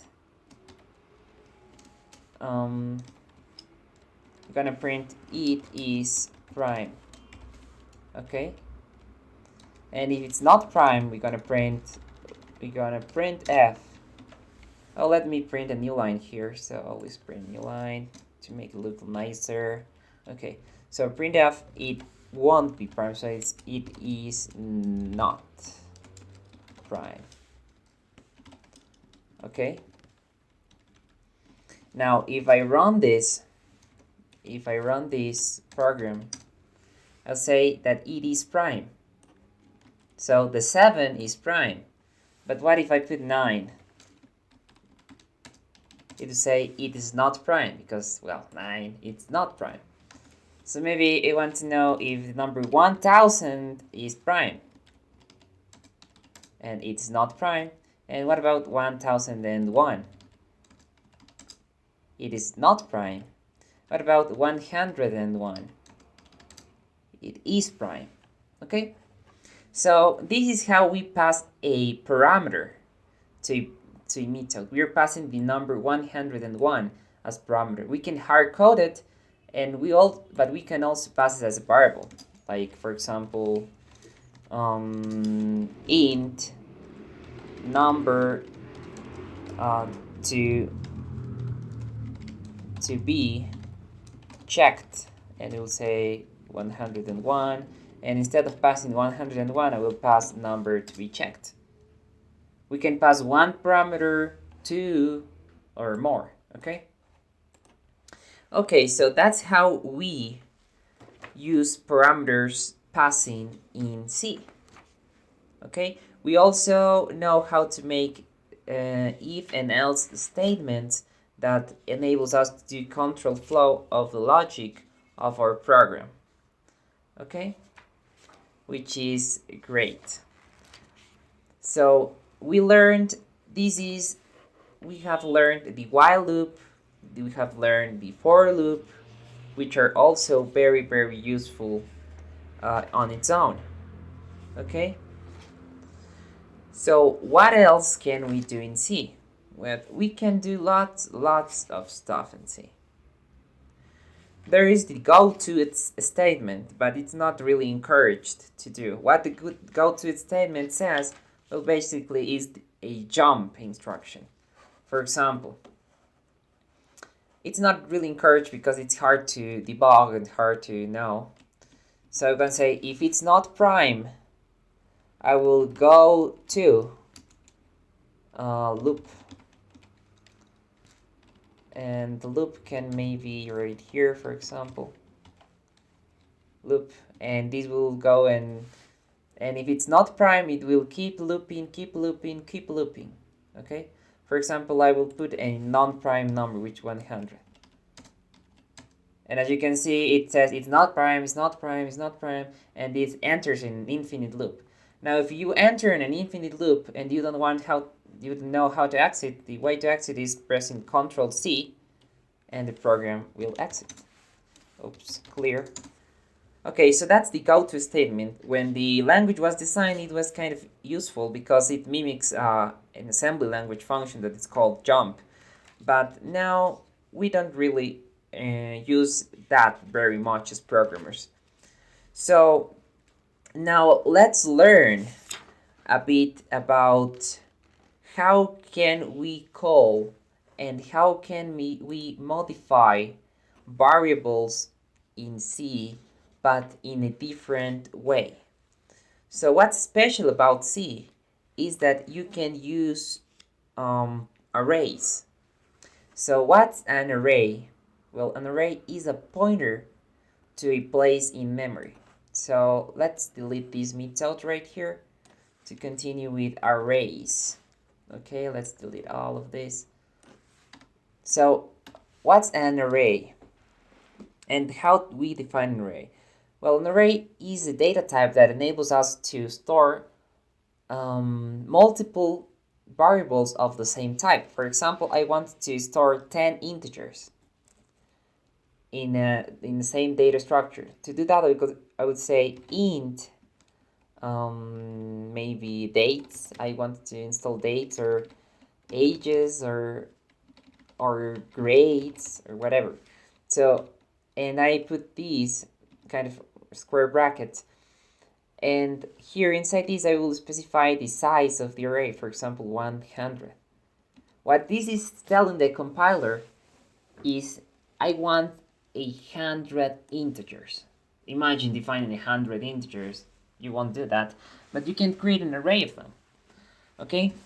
So if we want to access and modify an array, a cell in this array, it will do something like grades at 0. So we start counting from 0 in programming. And we will set this to 12. Okay? And now if I want to print the value, I say printf %d new line, new line, I want to print grade at 0. Okay, so we want to print the 0 cell of the grade, which we set previously to 12. Okay, so let's print it. So we compile it and we run it and we print the 12th number. The 12th number. Okay, so this is a sort of an array that hasn't been initialized. We can also create a pre-initialized array. So how can we do that? Well, we can do int grades 2, for example, and this will be an array, and we will initialize this array to 1, 2, for example, 1, 2, and 3. So to better visualize how array works, I will print f, double quotes, %b, new line, and I will print grades 2 at 0, which means give me the 0th element of grades 2, which in this case is 1. So we start counting. This is 0, this is 1, this is 2. So if I ask for the 0th element, I get 1. And if I ask for the 1th element, I'll get the 2nd element, so in this case 2. Okay? So this is how we can do this, by either declaring as how many items we want or actually declaring the actual items we want. Okay? Very, very useful to do this. So that's what arrays work. We can create arrays of characters, we can create arrays of integers and all of that. Now, what if we want to create a string? So in C we don't have strings, but we can create them in the following way. We can go and say a char pointer, and we will call this string. And we said equal double quote, hello, I am a string. Okay? So how this works, how this even works? Well, we still don't learn pointers. We will learn pointers in the next tutorial. But how this works? Well, basically, this data type points to a place in memory that contains a char. So this points to the first element of the array. So this is an array of characters. Okay? As you can see, if I hover the mouse on here, we can see that it's char array of 20 characters. So this is an array of characters, and this points to the first element, which is this one. Okay? Now, if I want to print a string of characters, I'll do, and instead of %d, I'll do %s, which means print a string. And then I will print also a new line, and I will print the string. Okay. Okay. And if I print it, it says, hello, I am a string. So this doesn't have to be called string. This can be called sentence or whatever name you want to give it. So sentence, it still will work. Okay. So that's how we print a string. And now, what if I want to tell you, I want to explain to you a bit about pointers, kind of an introduction. So this is pointing to the first one. So this means I can actually change the place where it points. If I want it to point to the second one, how can I do it? Well, very simple. I just say sentence plus plus. It will increment the pointer, not to H, but to E. Okay? One place. And let's do it again. And as you can see, it says, hello, I am a string. So this gives you an idea of how this works internally. Okay? But if I want to print the whole thing, of course, I delete that and I just print it So this is the beauty of C, that you can control even that. So you can control very, very low level stuff right here. Okay? Awesome. So now, what do I have to do if I want to maybe get input from the user? Okay? So how do I get input from the user? Well, let's do it. What I will do is this stdio also enables us to get input. What we will use to get input will be the following. Will be get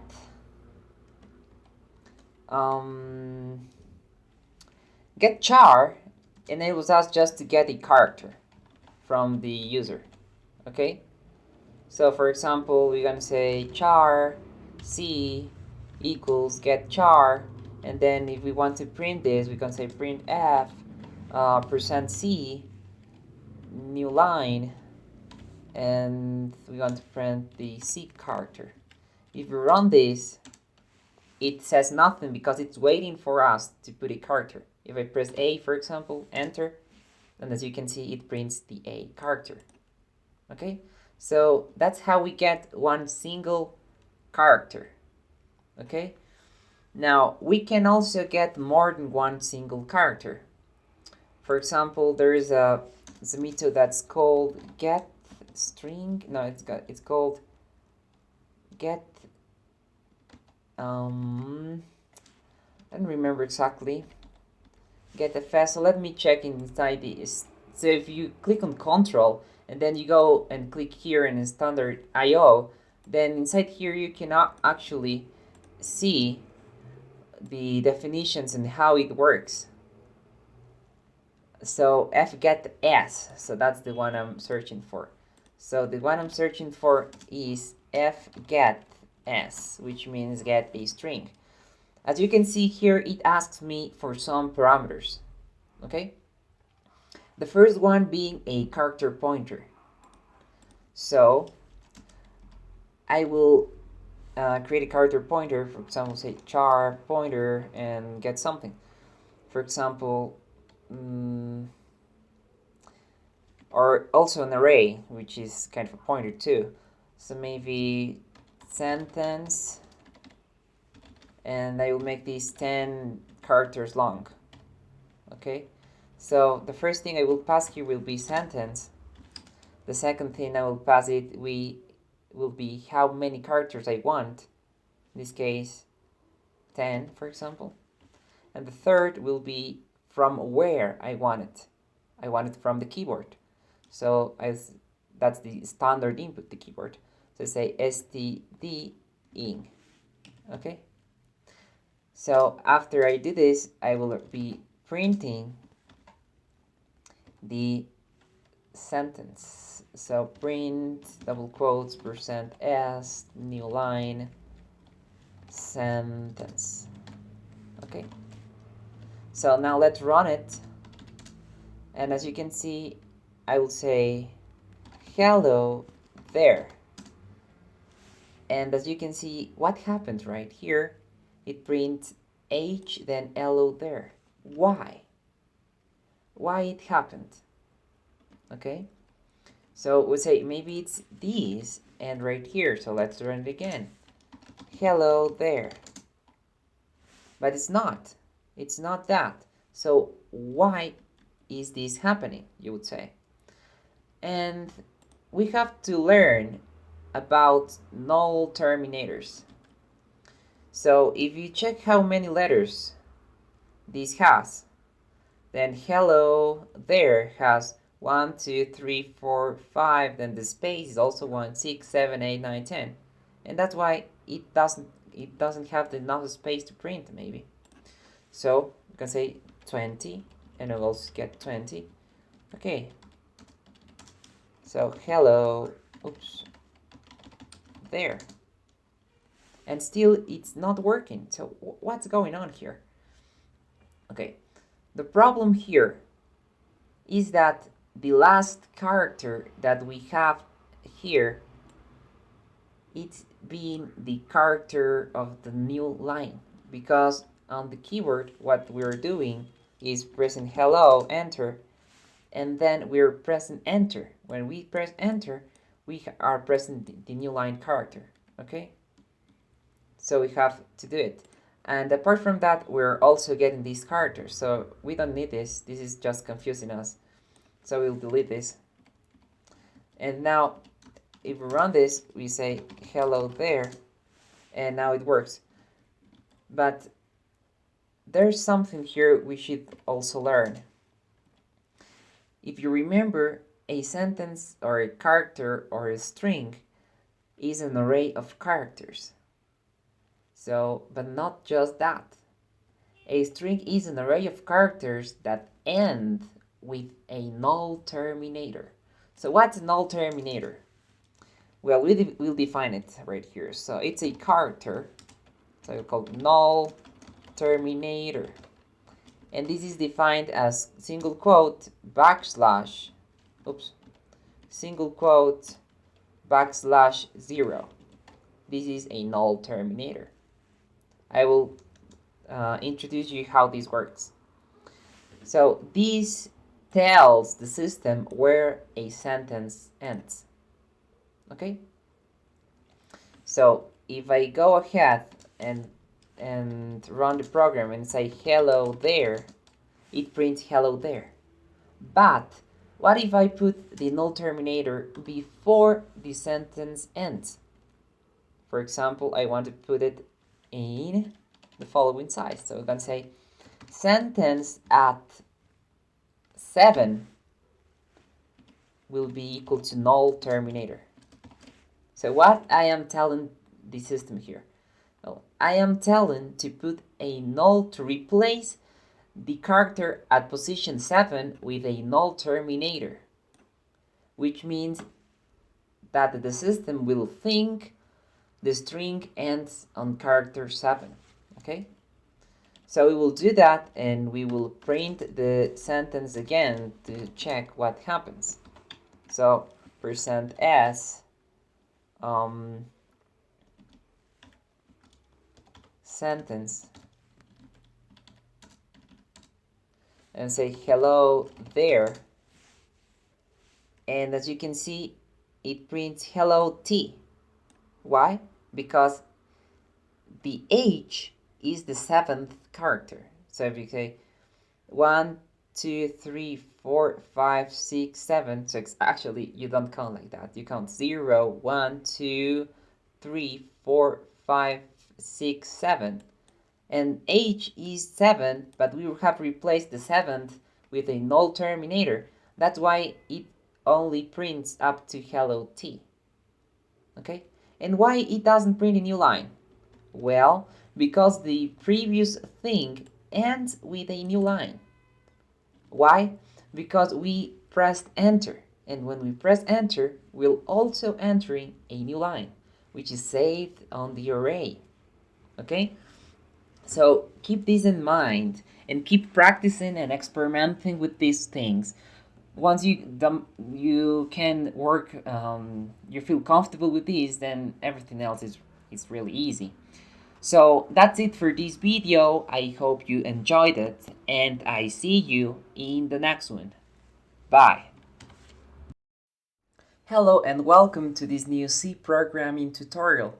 This is part 5, and in this tutorial we will learn how to use all the concepts we've already learned previously. So in the previous tutorials we learned kind of the most basic part of the C programming language. So right now we will kind of use it to create a simple terminal application. So here is our main function, and we want our application to interact with us. So we want to get user input. For that we're gonna say fGetS, which means get string, and we will tell where we want to store that string. So we want to create an array of characters, which is how we create a string in C. So we're gonna say char and we will say input, and the size of this, we will specify the input size before, so right here. So we're gonna use const, which if you remember enables us to define a constant variable, and I will call this constant input size. By the way, it's a kind of a good practice, to a kind of convention, to use uppercase letters when we are defining constant variable names.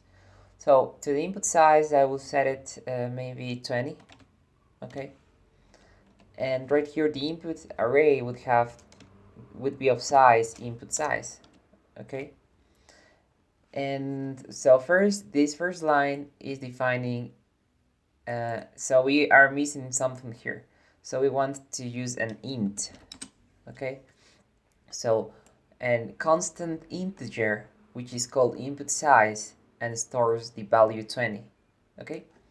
Now, then we have a character array, which is called input, and between square brackets we specify the size of the array, which means how many characters we will store in this variable.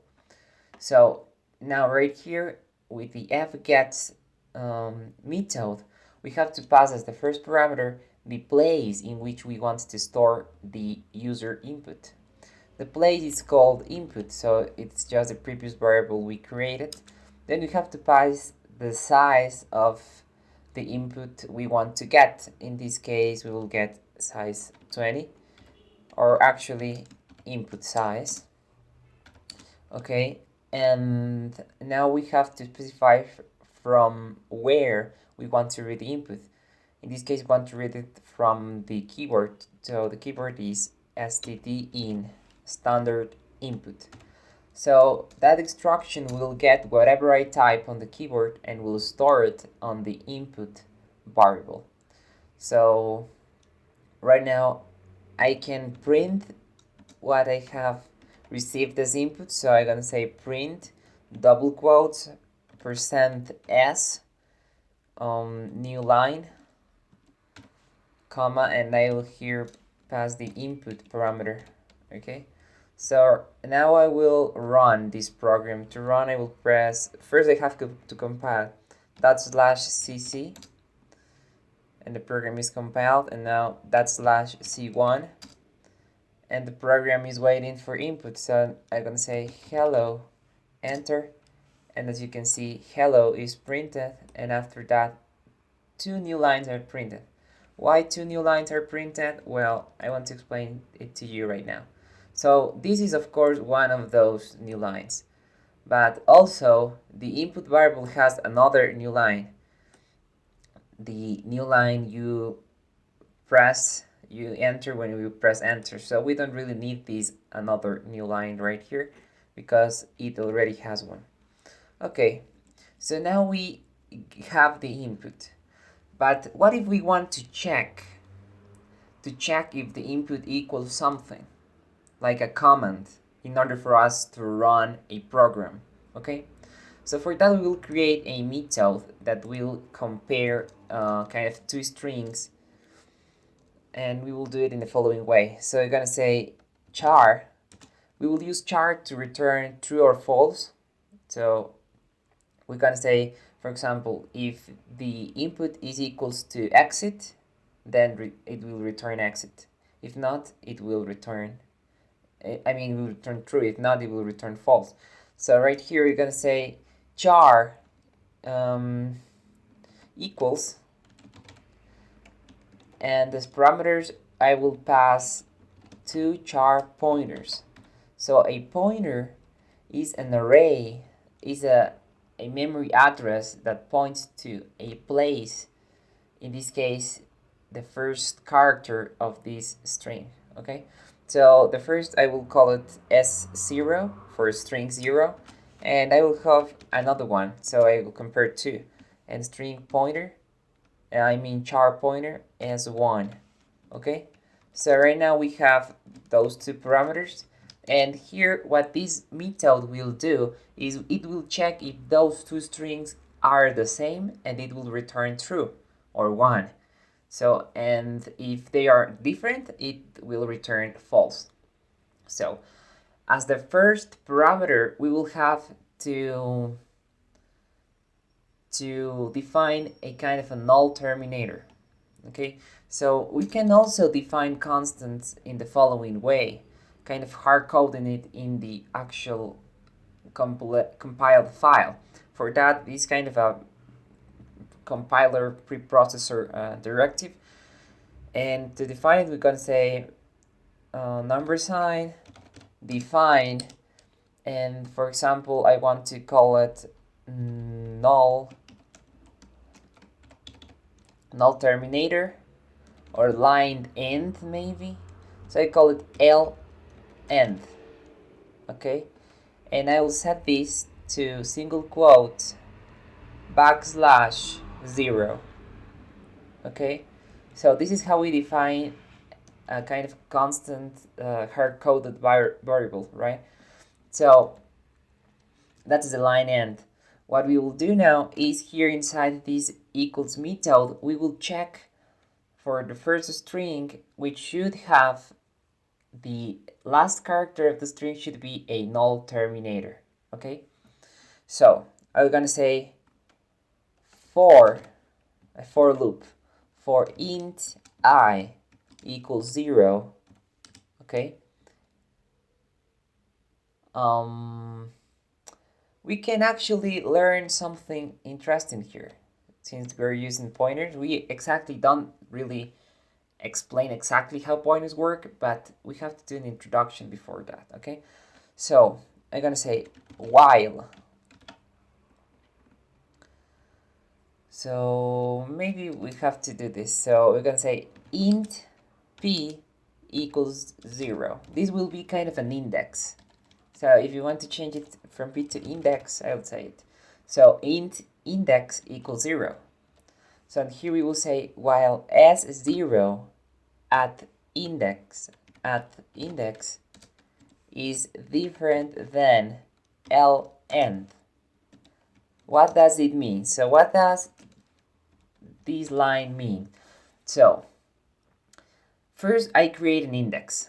Then right here I check of this array, this S0 array, I go to the index of that array. So if the index is 0, I will be going to the first element. If index is 1, I'll go into the second element. In this case, second letter of the string. Okay? Awesome. And I will keep doing that until I reach the line end. Okay? So after here, I have to update the index to look for the next one. So I'm going to say index plus plus. And this is basically the structure of a while loop in C. Okay, so what would I check here? So first of all, I will check if the characters are different. Okay, so I'm gonna check if S0 at index, okay, is different than S1 at index. So if the character is different, I will return 0, which in C means return false. Okay, so as you can see, it's a pretty elegant code that is checking all of these right here. Okay, awesome. So we have checked this, and now we have to also return 1 when we have found that kind of is the same string. So after the while loop ends, we will return 1. Okay, so we have not we have not yet tested this. So we will test now. So right here, let me scroll this a bit down. Okay, so right here on the main method, we will print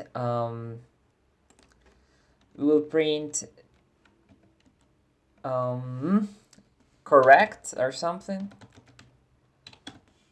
if we enter the right command. So we're going to say if equals, okay, if equals, and the first parameter we will pass will be hard-coded string, which means we have to define the first parameter in double quotes. For example, I don't know, hello, okay, doesn't matter. So if hello, so remember, first we pass the kind of string we want to compare, because this string ends with null terminator, and we are using the first parameter, we're assuming the first parameter ends with a null terminator. So we have to pass it here, and we're going to pass the second parameter, of course, to input. Okay, so it says if hello equals input, we will print correct. So what will this program run? How this program will run? Well, when we run the program, it will ask for a command, and if we enter hello, then it will print correct. Okay, and here we will also print a new line. Okay, awesome. So let's compile the program and let's run the program, and it's asking for something, and I will type hello, and it prints correct. If I run the program again, if I type hi, it won't print correct. Okay, so it's kind of somehow working, but now we will test if it works really, really well. So maybe what happens if we press just hell? It doesn't print correct. What happens if we type hello? Oh, so it prints correct even though it's not correct. So we have our first problem right here. And what's happening, we can understand it by looking at our equals method right here. That we are returning 1 only if all the characters before line end were correct. But what happened after line end? Okay, so in this case we're going to check here the following. So before returning 1, I will check if the second string ends with a new line. And if the second string indeed ends with a new line, then we should return 1. And if the second string doesn't end with a new line, we should return 0. Okay? Okay, awesome. So right here we're going to check if S1 at the index is different than new line. So we have defined line end right here, and now we will define new line. So we're going to say number sign define n line for new line, single quotes \n. As you remember, this is how we were defining new line. Okay, so if the string 1, if the last character, if the last letter of the string 1, which is the second string, is not a new line, we will return 0. So if it's different than n line, we will return 0. Okay, and now we will run the code again, so compile and run again. And if I press hell, it doesn't print correct. If I press hello, it prints correct. And if I press hello, oh, it doesn't print correct. So now we have a working method. So this method works for our case. So what does it method? It has some special characteristics. So let's create a multi-line comment to specify this a bit more. Okay, as you may remember, this is how we create a multi-line comment. So a comment is just a note for us, the programmers. So I will say equals method requires the first string to be to have a null terminator which is in this case ln, as its last character, okay? And it also requires the second string to end with a new line, which in our case we call n line. So this is explaining how the equals method works. So all you have to know to use the equal method, you don't really have to understand or read everything right here, but you have to pass the first string with a null terminator ending, and the second string will have to end with a new line, okay? So that is how this will work. Okay, so now we have created our equals method. Now, what can we do with it? Okay, so now if we print hello, it is correct. But now, what if we do something else? So we can say else if equals, and we will compare maybe exit. Okay, if it's equal to exit input, okay, if input equals to exit, we will do something like print f %s /n, and we will print you typed exit. Okay, awesome. Right, so now we're gonna run the code. So let's compile it and run, and if I write exit, it says you typed exit. If I write hello, it says correct. If I write any other thing, it will just exit without any message. So it's okay to check maybe if the user pressed different commands and so on. But now we don't want the program to exit if we don't tell it to do so. So how do we prevent it? So here we will create an infinite loop. So we're gonna say, actually before right here, well, so you're gonna say while 1. So this is how you create an infinite loop in C. So this means while true, okay? And we will put the following inside it. So we will put the first thing inside the while loop will be the fgets line. So please move the fgets inside the while loop. And then we're gonna put all of these inside it. But as we grow this list, it won't look very fine. It won't look okay. So what we will do is we will call a method. Okay, so we're gonna create here a method. We're gonna call it void handle input. Okay, and we'll open this method, and inside this handle method input we will put this if statement right here. Okay,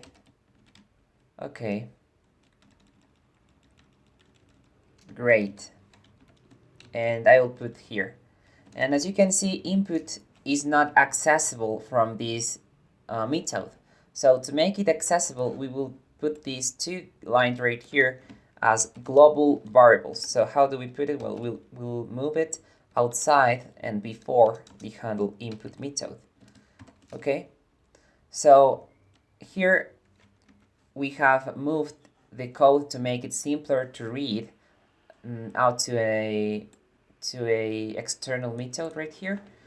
And what we will do is we will call the method right here. You can say after we call fget, we will call handle input, and it will basically take care of everything that has to be done. So now we will run the program again, and we will check hello, it prints correct. If we press again hello, it again prints correct. If we go and say exit, it says you typed exit. So as you can see, the program is not exiting, okay? So now what will happen if I want to actually exit the program, right? How do I actually exit the program if I'm on this method? So for that, I will put a global variable right here, and I will set char infinite loop, okay, and I will set it to 0. Actually, I will set it to 1, okay, and here instead of 1, I will say while infinite loop, okay, and when we enter the exit command, I will break the infinite loop, the global variable. So I will set infinite loop equals to 0. So this is changing this value right here, and down here it will be set to false, and it will just exit, okay? So now I will compile the program and run again, and I will say hello, it prints hello. If I say hello s, it doesn't print anything, and if I enter exit, then it says you typed exit, and the program exits the program, okay? So that's how we can do this.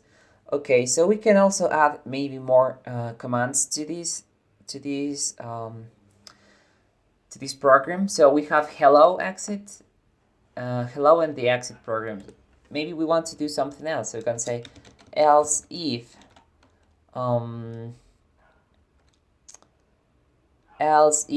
equals,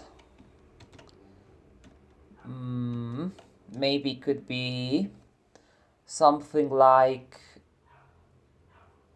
I don't know, anything you may want. For example, how are you? If it equals to how are you, it will answer, I'll say, okay, input, okay, and it will printf, I am fine. Okay, I am fine. Okay, it looks great. Of course, we have to maybe print a new line right here. So if we compile and run this, and I will ask how are you, it will answer I'm fine. Okay, if I press exit, it will exit. So as you can see, how easy it is to write a program in C. So it's not that difficult, you know. You only have to follow the steps I'm doing and understanding. So in my case, I have 61 lines of code. But in those 61 lines of code, we first of all have to declare the main method. But you would say, why I would have to put the other methods before the main method? Well, because C is a procedural language. But it would say, how can I put maybe the handle input after the main method? So if I put the handle input after the main method, then here the handle input won't be found. So let me compile, and it says, warning, implicit declaration of function handle input is invalid in C99. Okay, so but we can also still fix this. Okay, how can we fix this? Well, we only define the method before main. So we're gonna say just void handle input. Okay, and I ended there. So what this is saying is that we have a void method called handle input that it's defined somewhere in the file. So now if we run the compiler again, it doesn't have any error, and if we test it, then it works as we want. Okay, so how we can also do this for equals and so on. So again, to define the equals method, we are returning a character in this case, so it's different. So we're gonna say right here char equals, and as the first parameter we have a char pointer which is called s0, and another char pointer which is called s1, and that's how we define it. And now we can move this whole method, even with its explanation, below. We can move it below the handle input method, maybe, if we want to do so. So that really depends on how you want to organize your code.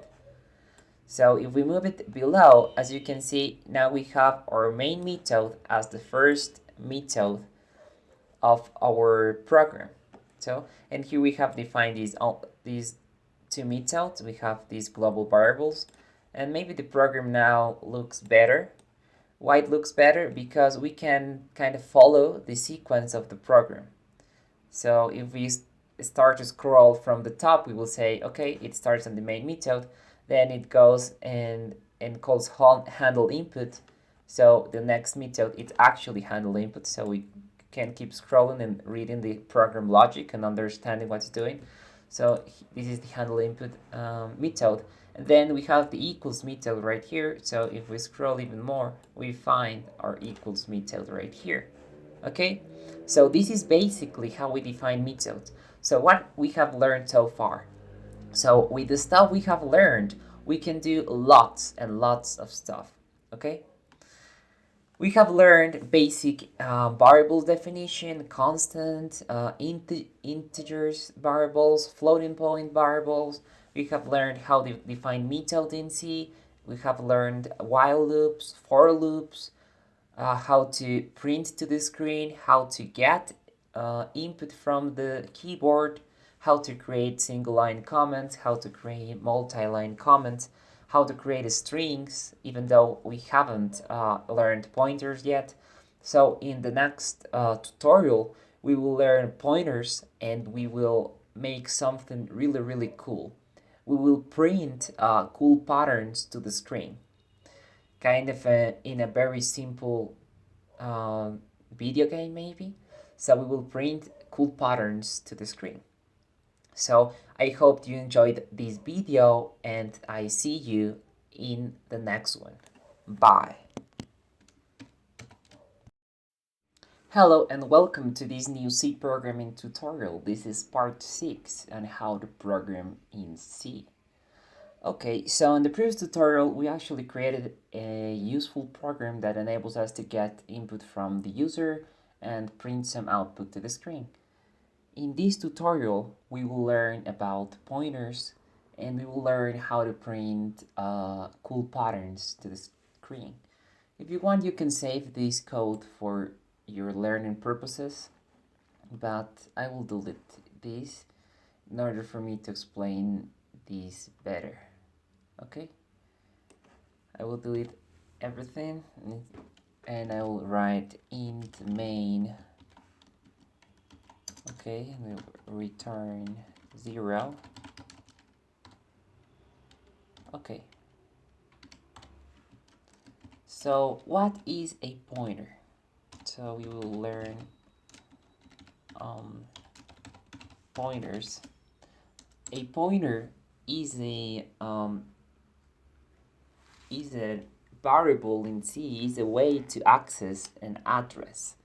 Okay, so a pointer is a kind of a variable that stores a memory location of something else, like another variable, right? So we will learn how these addresses or these pointers work. Okay, if I define int n equals 2, okay, I am creating a new variable of type integer and I am initializing it to the value 2. But this variable is stored somewhere in memory, okay? If we want to know where the variable is stored, we will do the following.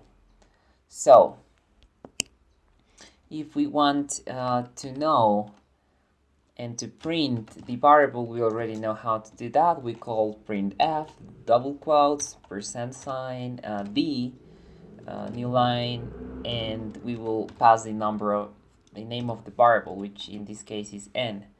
So we already know how this works, right? If we compile this and if we run this, we print number 2, okay? So we print number 2, which is exactly what we expect. But what if we want to print the location of the n variable? So to print the location of the n variable, we will do the following. We're gonna say printf address of n, okay? And we will enter percent x to specify a hexadecimal value, and we will pass an ampersand, this symbol right here, and the variable name, which is n. Which this means if we put an ampersand before a variable, this means please get the address in which this variable is stored. Okay, so let's compile, and here we have an unsigned int. So it says format specifies type unsigned int, but the argument has type int pointer. Okay, since we're just printing a variable, we will ignore this, but we forgot to add a new line, so add a new line right here. So if we compile this and run, we can see here that address of n is dd67ef8. Okay, but we can also use, so this is kind of a pointer, is we can now store this address in a variable. Okay, to do that we create an int pointer, we will call address of n. Okay, we will set this to the address of n. Okay, so now if we, instead of printing this variable, we print a pointer right here, we can print the pointer. So what happens if we pass the pointer address of n? Okay, let's check. So we have a different address, as you can see. But now we can dereference a pointer. So what does dereferencing means? Well, dereferencing means give me the value at this location. Okay, so previously we used this sign to get the location of this value, but now we have the location and we want to get the value at that location. Okay, so we will change from x to d because we will print the value of that location, and to dereference we will put an asterisk before the pointer name, which this asterisk means give me the value at this address of n location. Okay, so remember, this address of n variable stores a location, an address. So I'm saying give me the value of this address. Okay, so if I compile this and if I run this, as you can see here we have 2. Of course it still says address of n, but here should say value at address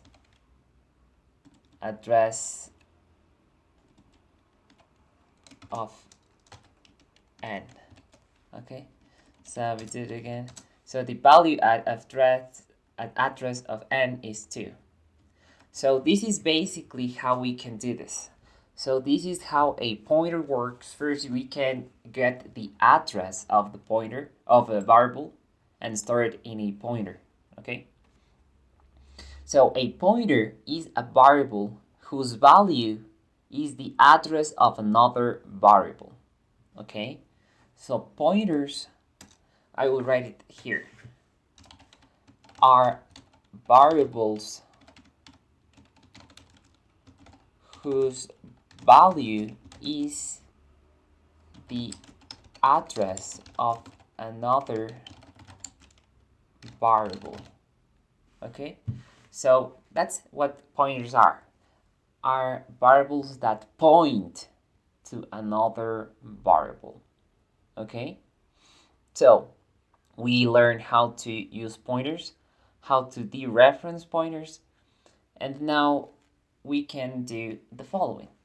For example, let me create a character pointer, as we made, you may remember from previous tutorials.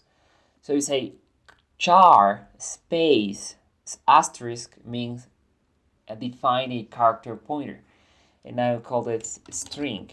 Okay, and I can initialize this to hello world. Okay, so that's how we create a string, and this pointer is pointing to the first element of this definition right here. So we can now print this, print f %s new line string. Okay, if we print this, it prints hello world. Okay, but remember, this is a character pointer. Okay, we can also print one character. So how can we print only one character? So we're gonna do another printf. Printf %c to print a character, new line, and what we will print will be a string at 0. Okay, so what this means is print the first character of the string, which is h. Okay, so let's see if it works. And as you can see here, we have an h printed right here. Now, this is a character pointer that points to the first element of the character. If we change this to 1, it will print the second element of the string, which is e. Okay, and we can keep doing that as long as we want. But what happens? So this char pointer stores an address. Okay, so this stores an address. So what if I want to print the address of it? So if I want to print the address, maybe I can make something like %b if we want to print it, or hex to print it in hexadecimal, and we will print the address of string. Okay, so if we print the address of the string, we have this address right here, but here we have a kind of a wording right here. Oh, okay, so we don't, oops, I did it wrong. So we have to put, I did the opposite. So here is the new line, and instead of C, we'll put hex. We can also put an unsigned, so it also will work there if we don't want to print in hex. Okay, so as you can see, let me run it. This is the address in decimal notation, right? Okay, so and now what we want to do is print the address. So we say address of string. Okay, and this is the address of the string, right? And this is the address of the string, right? Okay, so this is the address where this pointer is located. Okay, so this pointer is also stored in an address. Okay, so what we do here is that when we say ampersand string again, this is meaning give me the address of string, okay, which is on itself a pointer to another place. So basically this gets the place in which a string is saved, and a string gets the place or contains the place where the hello world string is saved, right? So that was a string. And now what happens if we, so the current value of a string is this. We can increment the pointer of string to point to the next element, right? Okay, so if we get and say give me a string is a number, right? A string can also be printed as a number, which is the address of the thing. Okay, so we will print a string, we will increment string, so we're gonna say string plus plus, okay, and we will print it again. I'm gonna say print f open parenthesis %u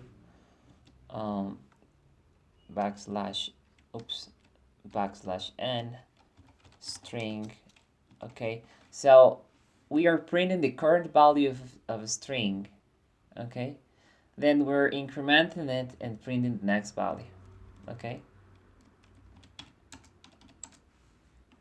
so here you can see that the current value that is stored on a string is this memory location, which is 4,195,980. And if we increment one, then we have here the result. Now, why I'm doing this? Well, because what happens if I print the string? So basically, I'll do the same right here. I'll copy it again just below it. But instead of printing the value of it, I will tell it to print the string that actually is contained there. So let's check. And as you can see, the value, the content, and the incremented pointer. Now, after we have incremented the pointer, we will do the same again here. Okay, so we have incremented the string pointer. Okay, so if we do this, we have this. So first we have this value, okay, which is where hello world is located. Then we have the content of that location, which is hello world. Then we increment the pointer, so we increment the address we are pointing to, and then it is printing only this, not the h, because we incremented one cell and we are now pointing to e instead of h.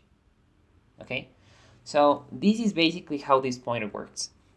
Now, this was illustrated creating the strings. Okay, now let's create an array.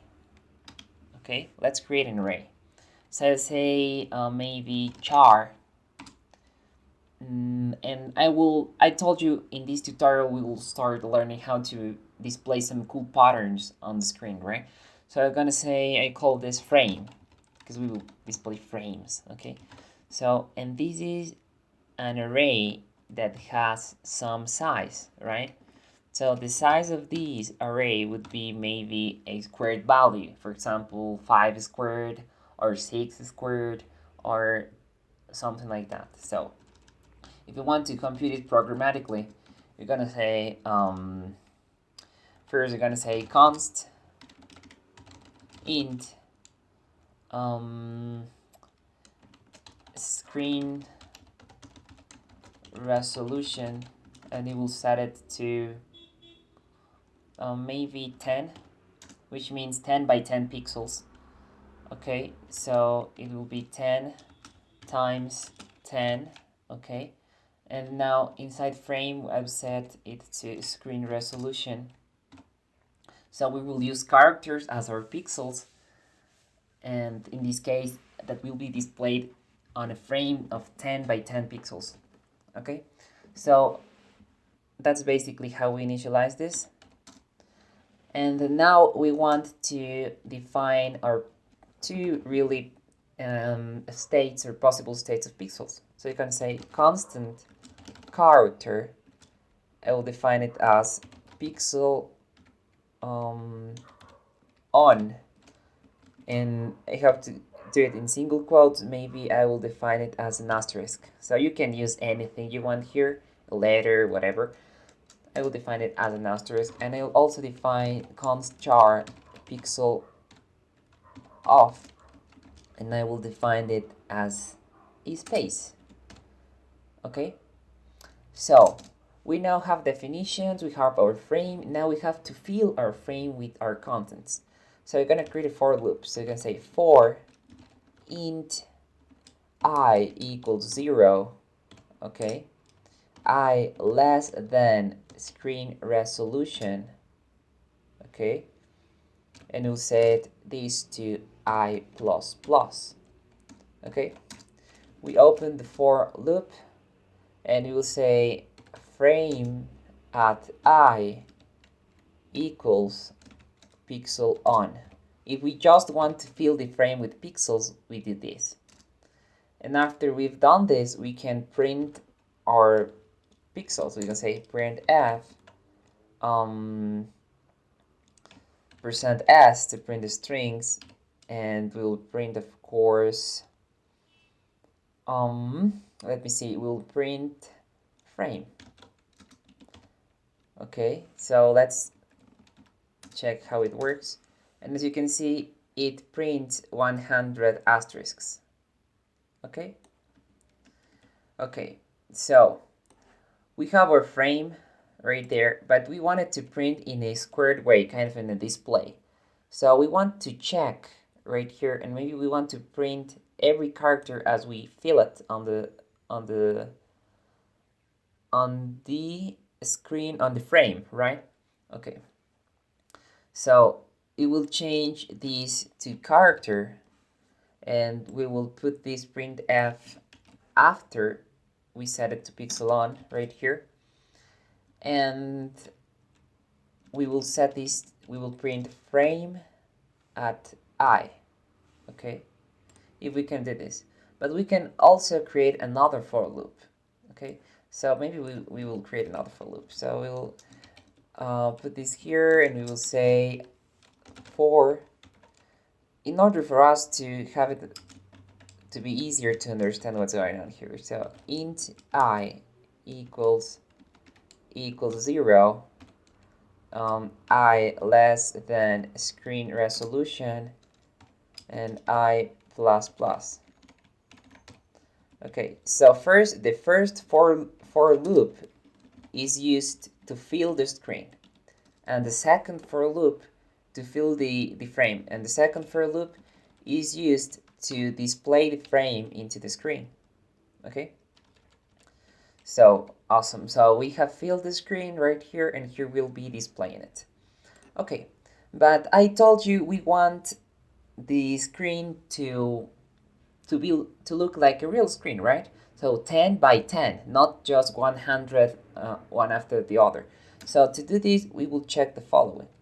We say if I modulus 10, in this case, equals 0, it means we have reached a new line. So we have to print a new line. So you'll say print f, and we'll just put a new line. Okay, so now let's run it to see how it performs, and here's what we have. Okay, so we have all of these right here, and we're printing our new line. Now, as you can see on the first line, we just print 1. Why do we print 1? Because that's pointer 0, right? So we don't really want to do it with 10, so we maybe want to do it with 9, because 9 means 10th element. Oops. What did I did wrong? Let me see. I didn't compile it, did I? So we still have this problem. Let me check what's going on. Oh, maybe we have to print after we check it, right? So yeah, I think we will have to print these after we check it. Okay, so there we have our thing right here, and I think this will be back to 10 if I'm not wrong. Let me see. And yeah, there we have our frame. Okay, there we have our frame, and after printing all of these, we have to print a new line. So I'm gonna say, copy this here, I print a new line right here, and to make these more ordered, what we will do here, I will enter an extra space after printing the character. So I will run it again and check. As you can see, it looks a lot nicer. Okay, looks a lot nicer. And that's basically how our frame will look like. Okay, so this is a basic screen. If we want, we can increase the number of pixels. So we are now on 10 by 10, right? We can maybe increase it to 14 or something. So go say 14, and here also 14, and also here 14. So let's now compile and run, and this is our 14 by 14 frame. Okay, in order for us to visualize it better. So that's where we want it, but now we will change the way we feel the screen. We feel the frame, right? Okay, how do we change it? Oh, for example, now we are just putting every pixel to pixel on, right? But now let's create some patterns right here. For example, we will use the Modulus Operator. We learned how to use it in previous tutorials, and just to remember you, the Modulus Operator returns the remainder of a division. We have already used it right here. So this is Modulus Operator. So it says divide I by 14, and if it returns 0, it means we are on a place in the line where the line ends. So we will do something like that here. So you go and say if I modulus 2 equals 0 and else. Okay? So what this means? Basically, it means if we divide a number by 2 and we have no remainder, we will set the pixel to pixel on. Otherwise, we will set frame at I, we will set it to pixel off. Okay? So if we run this, we have a very basic pattern that say one on, one off, one on, one off, one on, one off. We can keep going with this and maybe change this when it's divisible by 3, right? So if it's divisible by 3, we will set it to on, otherwise it will be set to off. Okay? And here you can see it. So 0 by 3, it returns 0. It's divisible by 3. 1 and 2 are not divisible by 3, so they are off. 3 is divisible by 3. 4 and 5 are not divisible by 3, but 6 is divisible. So 7 and 8 are not, but 9 is divisible, and so on. We keep going, and here we have this cool pattern. Only checking if a number is divisible by 3, we now can see that this new cool pattern has emerged. Okay? So we can do lots of different crazy checks. So we are checking if it's divisible by 3. And now we'll check if it's not divisible by 3, we will check if maybe it is divisible by something else, maybe by 4, right? So if it is divisible, oops, what I'm doing here. So if it's divisible by 4, oops, okay, we will also set pixel on. Otherwise, we will set to off. oops, else if, sorry, there's an if missing right here. So else frame at index I will be set to pixel off. Okay, awesome. So if we compile this and run it again, here we have a more complex pattern, as you can see. Okay. So this is basically how we can do it. So again, 0 is divisible by everything, right? So then we have 3 and 4. We have 6, 7 is not, and so 8 is divisible by 4, and 9 is divisible by 3. Okay? So as you can see, we have this kind of a pattern that we can kind of start to write. So maybe to look the pattern in a better way, we will increase the number of pixels. So we're gonna go and increase it to 20. Would 20 be too much? Let's see. So 20, of course, depends on the size of your screen, but don't forget to change 20 here too. We can also create a variable if we want to change it several times. So as you can see, here is a 20 by 20 pixels. So this has 400 pixels on it. Okay.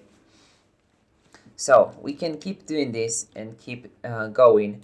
And maybe we want to print a new frame, right? We want to print more than one frame at a time. Okay. So to do that, we will maybe call method, or we can actually use kind of an old way in which C used to do stuff. So it's not really encouraged to do this because, well, for some programs anyway, it is harder to know the control flow operations, but for this program, since it's very simple, we can do it. So we're gonna say go to and say print frame. What this means is jump to print frame, but we haven't defined print frame. So we will go and define print frame up here, just before the for loop. So you can say print frame, and we'll end with a colon. Okay, so what this will do is will create an infinite loop, right? So it will create an infinite loop, but this will print so fast. So the computer is so fast, we don't want it to print that fast. We may want to wait 1 second before printing the next one. To sleep or to wait, we will include the following library, the unistd.h, okay? And this means, and we will put, before we go and say go to print frame, I'll say sleep for 1 second, okay? Otherwise, this will print like crazy, very, very fast. So let's run it. And here we have how it's printing every time a new frame. Maybe we want to change the frame kind of values, right? So we want to define right here. So here we're gonna define int first value, we will set it to 3, and we also define int second value, we will set it to 4. Okay, and here instead of 3, we will change it with first value, and here the 4 right here, we will change it with second value. Okay, and after we complete this first for loop, we're gonna say first value plus plus, and we're gonna also say second value plus plus. So now we will run it to close these program loop. We will press Ctrl C, and now we will compile it again and run it again. And as you can see, every time it is printing a new cool pattern. Okay, you can leave it going for some time, and you will find very cool patterns. You can increase the pixel size, the pixel count, and so on. So that's it for this video. I hope you enjoyed it, and I see you in the next one. Bye. Hello and welcome to this new C programming tutorial. This is part 7 on how to program in C. In the previous tutorial, we learned how pointers work. We also learned how to call methods, how to define methods, and we also learned how to print cool patterns on the screen. So you can save the code as always, but I will delete it in order to continue. And in this tutorial, we will learn C structures, which are the part of C that we can use to do object-oriented programming. Okay? So basically, a structure is a kind of a tool that enables us to define an object and some of its properties. Okay, for example, if we want to define a book, and a book has different characteristics like title, its author, subject, or the book ID, the book price, maybe if we want to sell them, and all of that. So for example, to do that, we go and say struct, and I will call it books. Okay. Okay, I will open a bracket, and inside this I will define the features, if you want to call that way, that books have. Okay, for example, we're gonna create a char array. We will call it title, and it will be maybe 40 characters long. Okay, and then we can do something like the book author, and we can say the author would be also maybe 35 characters long. So this can vary depending on our needs.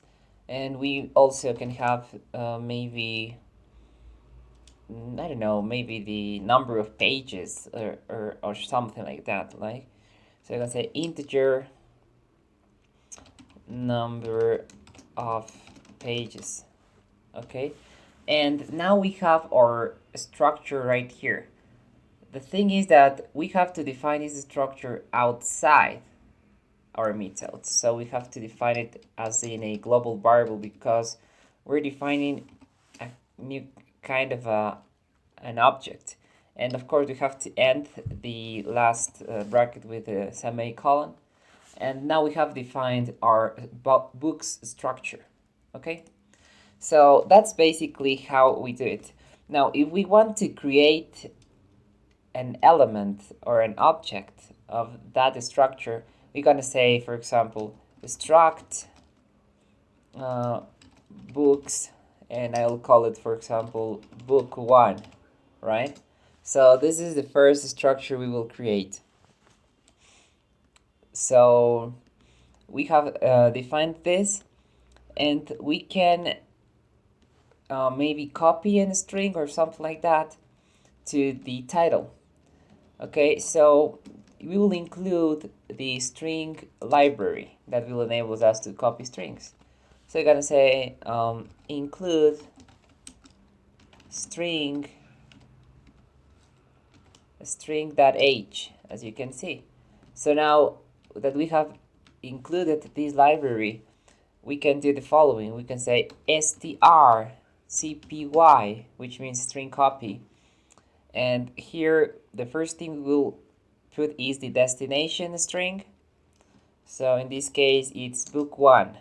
But if we want to access the title, what we do is that title, as you can see. So we're accessing a feature inside books.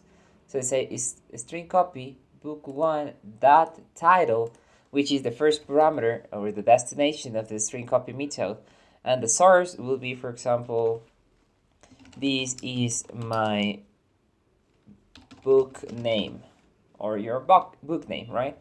So that's the first title, right? Now maybe we want to continue. Go ahead and copy the author. Okay, so you're gonna say book 1 dot author, and we will pass as the author maybe Jack,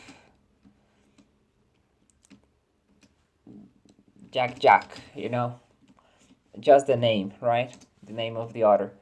Okay, and so now we can also do the number of pages. In this case, since it's just an integer, we don't need to use a string copy. So to set that integer, we're going to say book 1 dot number of pages, and maybe we will set this to 104 pages, right? So now we have our book 1 initialized, okay? And we have that object ready to be used, right? So if we want to, for example, print the book title, we will do the following.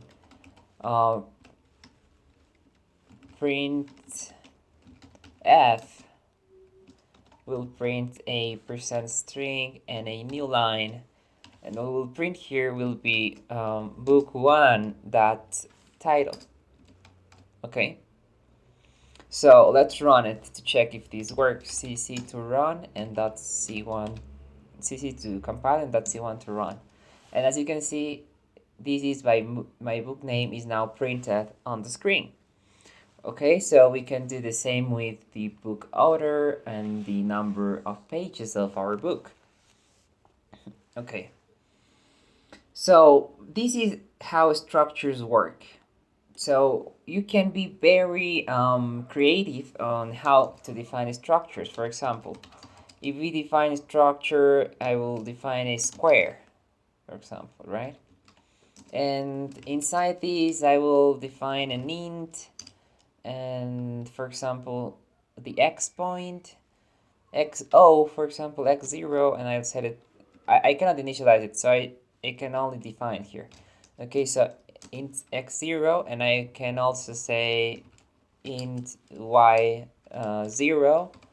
So this can maybe define the origin point for a square, or maybe it is a circle, right? So if it's a circle, we can do something like a struct circle, okay, and we can define something like its origin again. So you can say int x0 and int y0, and we also can define maybe the radius of the circle. So I can say int radius, and we can also define that, okay? So we can then access and create something like a struct square1 or something, or struct circle1, and we can continue doing this, right? So this is how basically structs work, okay? So if we want to, for example, continue learning about structs, so we have already learned how to define them and how to access them. But what if we want to modify them with a method using kind of pointers, right?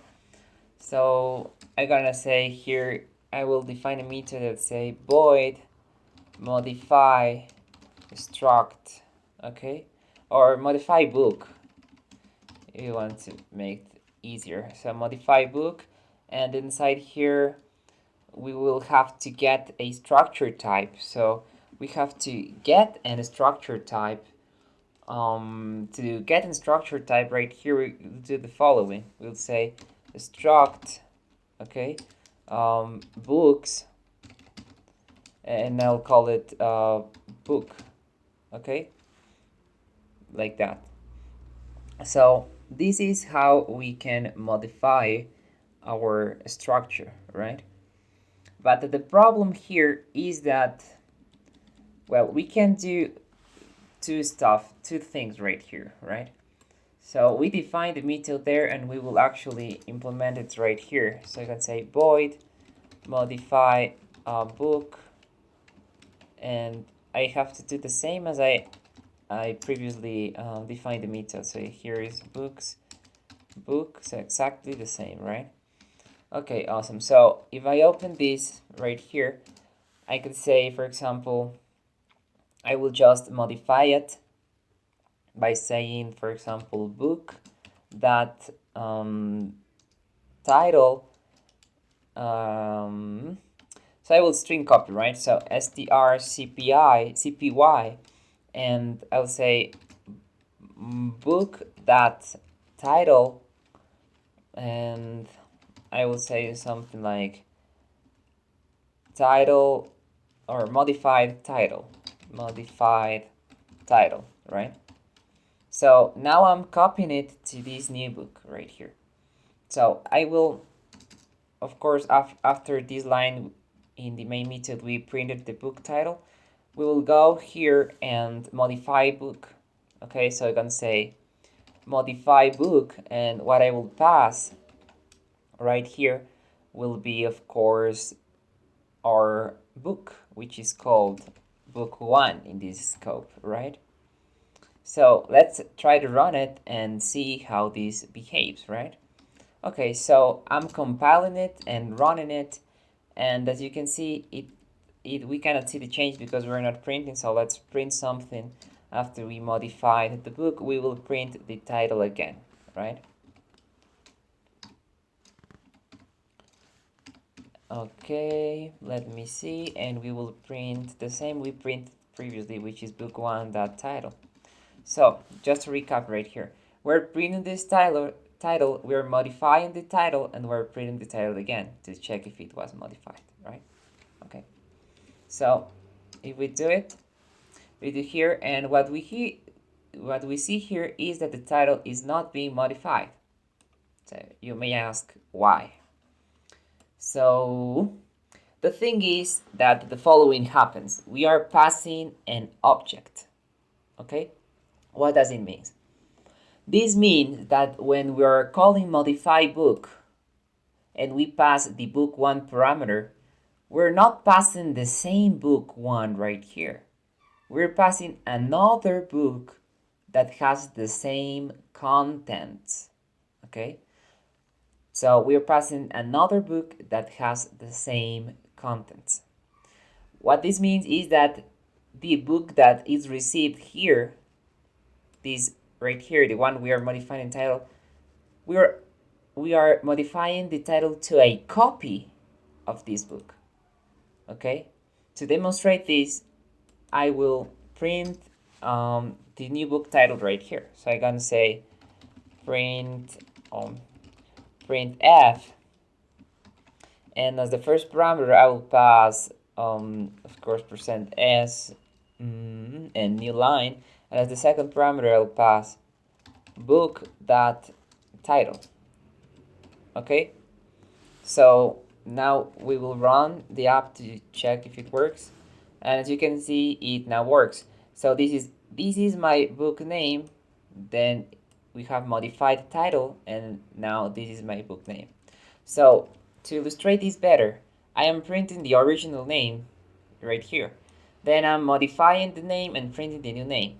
But when I print it back, it prints the previous name because I have sent a copy and the previous name wasn't changed.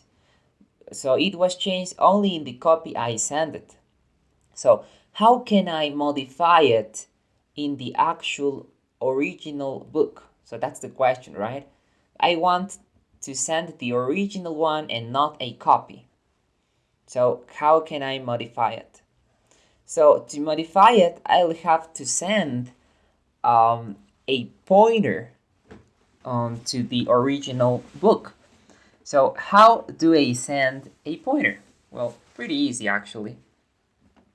So first of all, we have to modify our method definition and implementation to not receive only a book, but we have to enable it to receive a book pointer.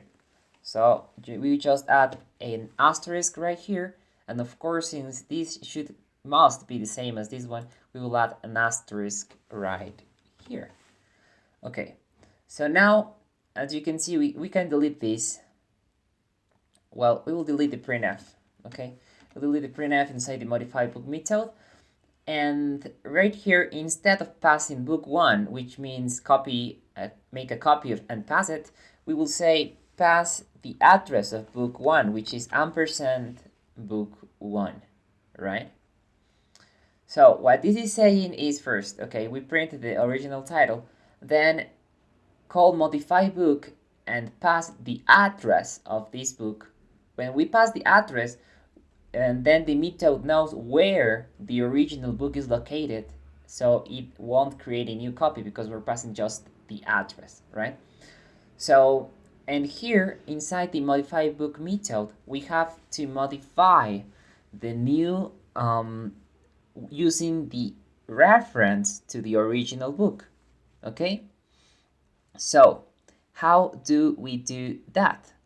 Well, we basically do the same, but when we access through reference, which means when we access a structure through reference, which is what we are doing right here instead of value, we instead of putting a dot right there, we put a minus and a greater than sign, which kind of signifies an arrow.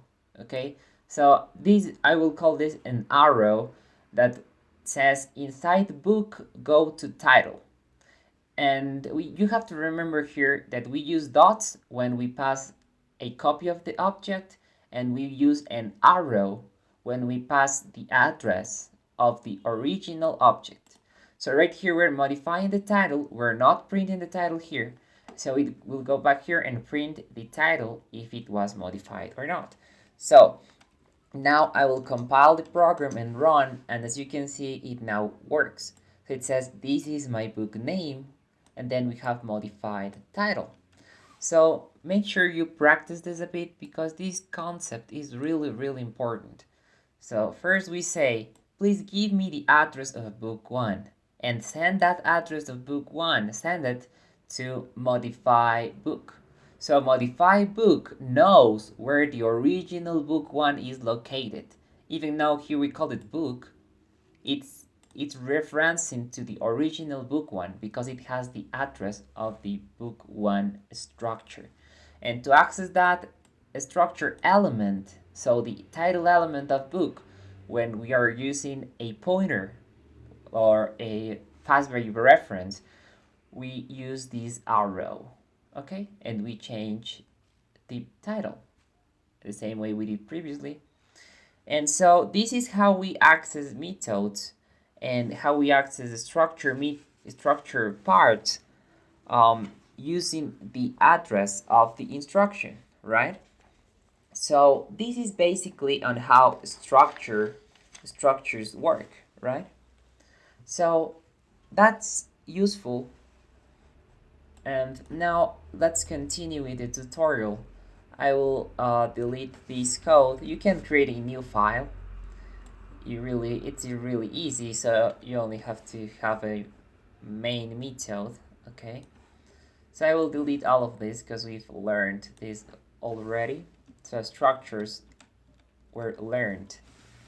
And now what we will learn will be dynamic memory allocation, okay? So when we create an array, like a character array, and we say char my array, and we set it to 100 elements, okay? Which will work, right? This will work great, so we can delete this string. Okay, so this will work just as we want. But what if we want to work in a more complex project that needs more memory, right? What if we want to create 1,000, 1 million, 10 million characters? Maybe to store a large video or image processing or do heavy tasks. So how, or even games, how do we do that? So the system won't be able to allocate millions of bytes, right? So if I tell the system to allocate, what is these numbers? So it's 1,000, 1 million, 10,000 million, so which is a lot. So let's decrease this a bit. So we're gonna want to allocate 1 billion bytes, right? If we want to compile this and if we want to access the elements of this array, it won't be able to access it, okay? Because this number is so large and the program cannot allocate that much memory. If we want to allocate that much memory for some reason though, we have to include the standard library. So you can say include std leave.h. Okay? And how do we allocate memory? So what does allocating memory means? Well, basically we ask the operating system to give us a place. We can use the memory of that place, right? So maybe to do that, we're going to create a char pointer. We want to point it to a memory place, right? So char pointer, and we will call it memory, okay? And we will set that to malloc, which is memory allocation. And we will tell malloc how many bytes do we need. If we need 1 byte, if we need 10, 100, 1000, 10,000, okay? 100,000, 1 million, 10 million, 100 million, for example, right? So if I go and say memory allocate 100 million bytes, then the system will return a pointer to that memory chunk, okay? So now we have allocated memory and we can start doing some stuff in that memory, right? So we maybe can create a while loop or a for loop, for example. So let's create for int I equals 0, okay, I less than 1 million or 100 million, or actually we can make our lives easier by defining a const int mem size, and we'll set this to 100 million, right? So 100 million, which is a lot of memory, right? 100 million bytes, and we will set malloc to mem size, okay, and we will set while I is less than mem size. So we should not write after the system memory that was given to us. So we can only use up to this point, right? We cannot go beyond. If we want more memory than this, we have to allocate more, right? So inside here, oh, I forgot to put I++, so I++. So inside here, we can maybe write some stuff to our memory cells, right? So you're gonna say memory at I, and I'll set that to X, for example. I will set all the letters to X, right? So I can do it, and now I will run the program, and I will say I will print f memory was filled with X's, okay? I will print also, of course, a new line. Okay, I will compile it and I will run it. And as you can see, it takes kind of a second to fill memory. So it's not immediate, but it takes a bit because we're again using 100 million X's. So we now have 100 million X's. That's a lot, right? If we want a billion, so I was gonna create 1 0 more right here. And we will use a billion, so it takes some time. And after that, it says memory was filled with X's, right? So this is how we allocate very, very large amounts of memory, right? But now we have to free the memory after we have used it. So right here, we have to use that memory somehow, maybe whatever the app does, like processing video, rendering stuff, or I don't know, any algorithm, whatever the case may be. And after we have used the memory and we don't need that memory anymore, we have to tell the system, hey, here is the memory you give me, and now I don't need it anymore, so you can use it for something else, maybe for another application, okay?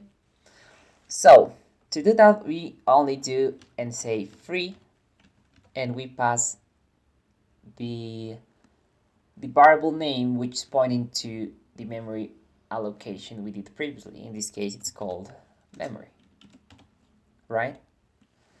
And now the system will free that memory, and we won't produce any memory leaks because we're freeing the memory we asked for, okay? So that's what malloc is. But there's also calloc.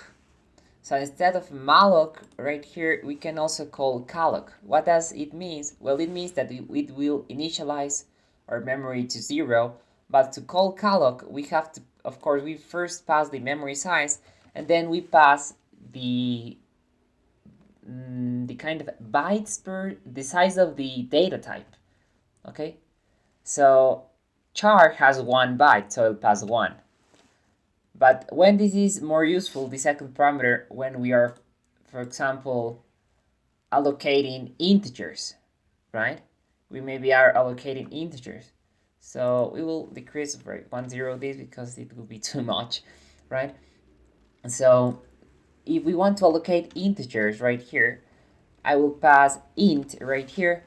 And if I pass 1, it will give me 100 million bytes, but I need 400 million bytes because each integer has 4 bytes each, right? So I have to pass here 4, right? So why integer? Maybe some applications need integer to store pixel values, RGB and alpha channel values. So it would be useful for that.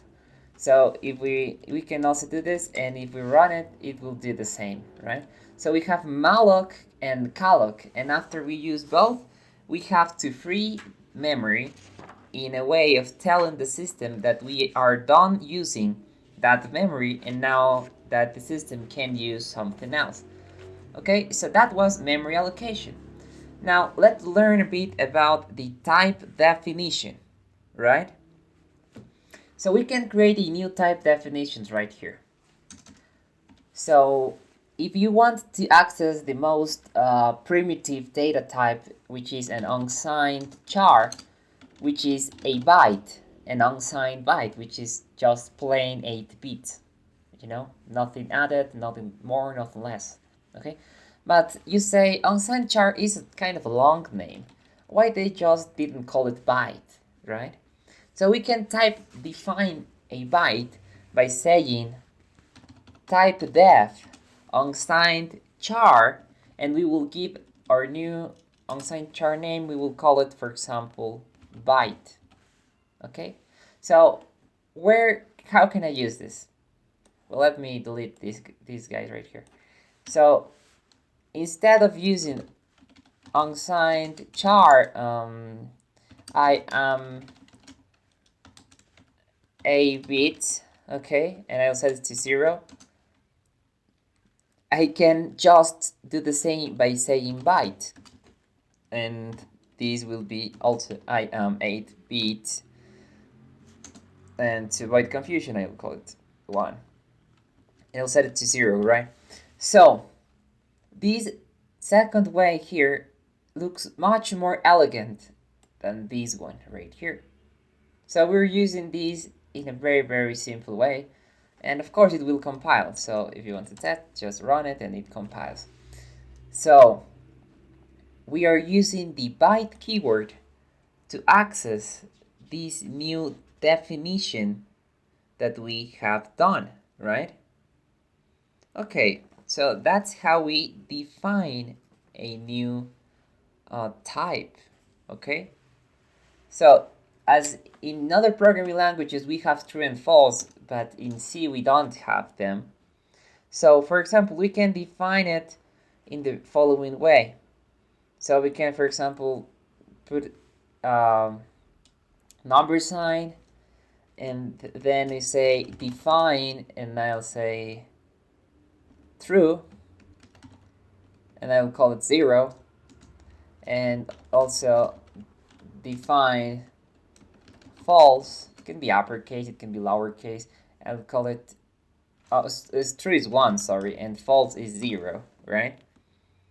So now instead of checking, for example, if something is 1, we can just check if I am bit equals to true instead, right? Which is more readable if you want to do it anyway. It's not a must really. So we have learned a couple of useful stuff right here. And that's it for this video. I hope you enjoyed it, and I see you in the next one. Bye. Hello and welcome to this new C tutorial. This is part 8 and the last part of how to program in C tutorial. Okay, in this part we will learn the stuff that is left, right? We have learned almost everything in the previous tutorials, right? So in this tutorial we will cover a couple of new topics, okay? Like for example, we will start on how to read files, okay? So imagine you have a file, read and write actually. You have a file in your computer and you want to write to it or read from it, okay? So since we don't have a file ready to test to read, we will start by writing a file, okay? Awesome. So to write a file, we don't need anything else. The same stdio.h library will help us to write a file, okay? So for that, we're gonna say file, oops, let me see, file in uppercase, pointer, and I will call it my file, okay? And I will set these to fopen, okay? And as the first parameter, I will pass the name of the file, for example, my file.txt, okay? And the second parameter, I will pass the read or write mode. In this case, I will write, so put a W, and I'll do it in binary way, so B, write binary, okay? Awesome. So what do I want to write to that file? Well, I will define a string, so I'm gonna say char pointer string, and I'll put something like hello file, okay? So this is the string I will send or write to the file. So to write to the file, we do fwrite, okay? And as the first parameter, we will pass the string we want to write, which in this case is called string. And the second parameter, we will pass the string length. So you can change it, but let's pass 10 as a string length. And as number of elements, we'll pass 1. And lastly, the file pointer, which is called my file. Okay, so this will write the file to our computer, right? And now, after we write the file, we have to close the file pointer. To do that, we're going to say fclose, and as parameter, we'll pass the file pointer name, which is my file. So these 4 lines, only these 4 lines are used to write a file. This will create my file.txt in the current directory. We'll get this hello file string and we'll write that to it. Okay, so let's try it. Okay, so we open the terminal. Let me clear this, and I will compile the program. Oops, I will compile the program and I will run it. C1. And it exits as you can see right here in Visual Studio Code. We have this new file called myfile.txt. We can also list them by typing ls on the terminal. As you can see right here, we have myfile.txt. If we open this file, here you can see that it contains the hello file string we wrote to it. So we have created a file called myfile.txt, and we have wrote this content to the file. So pretty simple how to write a file, right? But now we will learn how to read a file, okay? It's pretty similar the process. So we start to create a new file pointer, and I will call this read file, for example. And I'll set this to fopen, and here I will pass the name of the file again. So I will read the file I just wrote. I'll call it open my file.txt, and instead of wb, which means read binary, I will pass, which means write binary, I will pass r B, which means read binary, because now I'll be reading this. Okay, so that's how we read the file, and we will create a character array. For that, we could say char read string array, and the size of it will be 10 elements. Okay, read string, sorry. Okay, so now that we have done this, what we have to do next is actually call fread. Okay, so we're going to say instead of fwrite, we call fread. And as the first parameter, we will pass the string. In this case, it's called read string, the destination of the read action. We'll pass the size of the string, which will be 10, the number of objects, which will be 1, and the file, which is read file, right? And again, after we have read the file, we have to close the file. So you can say fclose, and we'll pass read file. So basically the same, but now we are reading into a character string, right? So in order for us to know that the read worked, we will print what we just read. So we can say printf double quotes %s new line, okay, and I'll pass read string. Okay, so now let's run it and check if it works or not. So compiling it and now running it, and as you can see here, we have hello file followed by a 0 and by a strange symbol. So why this happens?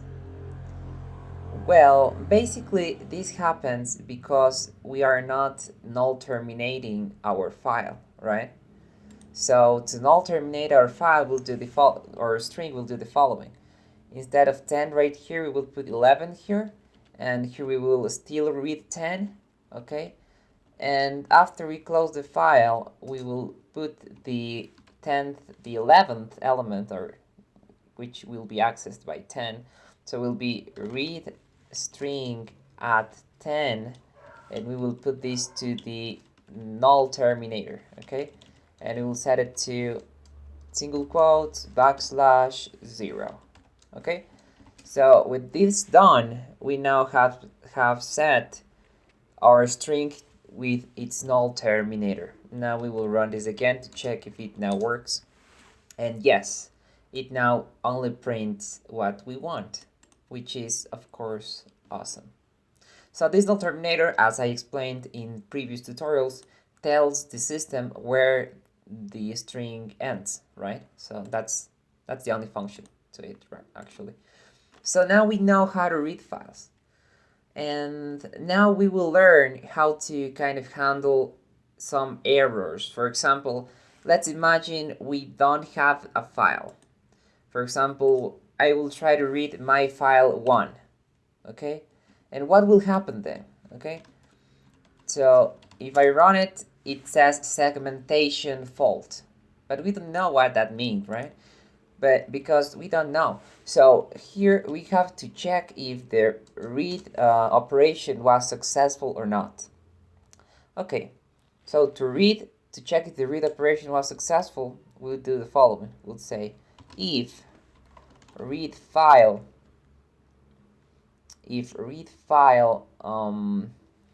equals to null, okay? So if read file equals to null, what we will do here is that we will check for errors, right?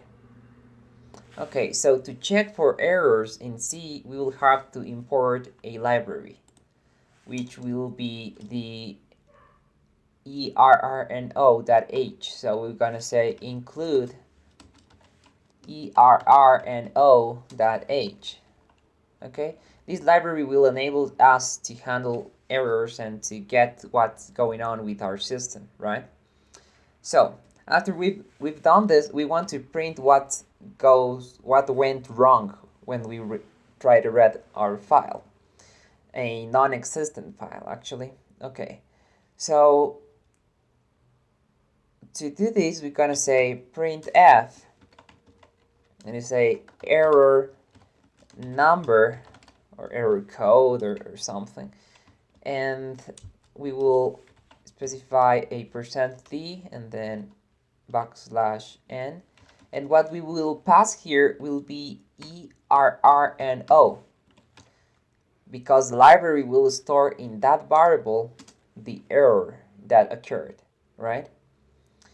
So we did that, and after that we can also call p-error, which means print the current error, and as title or something to this, we're gonna say error and colon, and apart from printing this, this will also print the actual error. Okay, and when we have an error, we want to quit the program. We don't want to keep running it, because it can create a cascade effect and can create more errors, right? So we can say return 0 or just a value, right?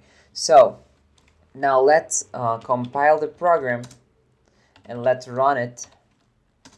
And as you can see, we have error number 2 and error no such file or directory. Okay, so it is telling us that the error code is number 2 and the error description is no such file or directory. So it means the file doesn't exist. Okay, so that's how we handle errors. So we actually don't need this column right there. Okay, so we have learned how to open files, how to write files, how to read files, and how to handle errors when we read files. Okay, so something useful on C is also recursion. So what does recursion mean? Well, recursion enables us to call the current method from inside itself. Okay, so let's run first of all the program in its current state, and it still says error, so we will change my file 1 to my file. Okay, and as you can see, it says hello file, so which is correct. So now let's try to do something. We will include the following library we used in one of the previous tutorials, was the unistd.h that we used to sleep, and we will use it to sleep it again right here. So as I was telling you, recursion enables us to call the current method from inside itself, right? So here I will call the main method again. Okay, this means basically the same as we did previously with the goto method, right? So I will call the main method again, and it will be called again and again and again and so on. But to avoid very fast output, I will sleep 1 second before calling the method. Okay, so I'm calling main from inside the main method. That's what basically recursion is. Of course, you can have lots of more complex methods that have parameters and create new maybe values and maybe more recursion, but we will just learn it, right? So let's compile the program and let's run it. And as you can see, it keeps printing hello file, hello file, hello file. So this is recursion, right? So basically, that's how it works. We just call it from inside it itself. So to avoid repetition, I will delete these two now that we have learned what recursion means. Recursion is really application specific, okay, or algorithm specific. So yeah. Now, what else that we have, something else that we haven't learned yet is how to pass arguments to our program. Let me explain. So when we start a program from the terminal, right now to start it, I just type /C1 and I press enter and the program starts, right? So let me recompile it. So, and the program starts, right? But now I want to pass an argument, for example, C1, and then I'm gonna say this is an argument, for example. And if I pass it, nothing happens, right? So how can I use that feature? How can I use it? Well, first, here on the main declaration, I will declare some parameters. The first one will be an integer, which will be named argc, which is kind of argument count. And the second parameter will be a char pointer to argv array. So the first parameter basically tells us how many parameters were passed to us, and the second parameter tells us which parameters were passed. Okay? So now let's try to check how this works. Okay? So just before these file definitions, I will check if argc, so arg count, is equal to 2. Okay? And now we will print f, and I will print argc is 2. Okay, new line. Okay, so now we will figure out when argc is 2. So let's compile the program and let's run it, and I will pass hello. And when we pass hello, then we have arg count is 2.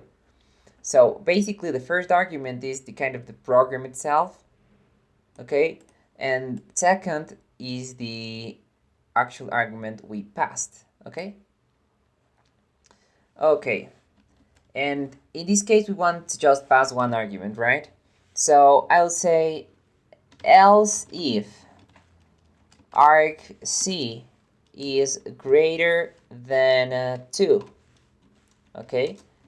If the user somehow passed more than 2 arguments, which is actually one argument, because the kind of program name doesn't count. So if argc is greater than 2, we will print, we'll say printf, and we'll print something like too many arguments. Okay? And after we do that, we will return 0, right? So let's compile it and run again. And if we pass just the hello argument, it works. But if I pass hello and then I will pass world, it says too many arguments. Okay? So because it has 3 arguments, it is 1, 2, and the program name is 3, right? So too many arguments. Now, else, if it's not 2 and it's not greater than 2, then it should be less than 2. And in this case, we will print f too few arguments. Okay? So now if we, okay, let's compile the program again. And if we run the program without any argument, it will say too few arguments. Okay, so this is how we handle the arguments that are passed to our program via the terminal, right? So that's how we kind of know how many arguments we have. In this case, we can also return 0 to avoid further execution. So, okay, and if we pass the right number of arguments, what we want to do is to know which was the actual argument we received. Okay, so to that we'll go ahead and print f, and we will print double quotes %s new line, and here I will print argb at 1. Okay, that's the argument we receive.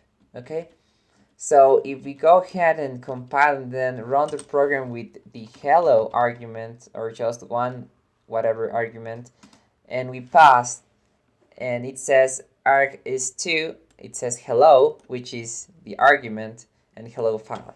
So if I pass something different than hello, like fruit,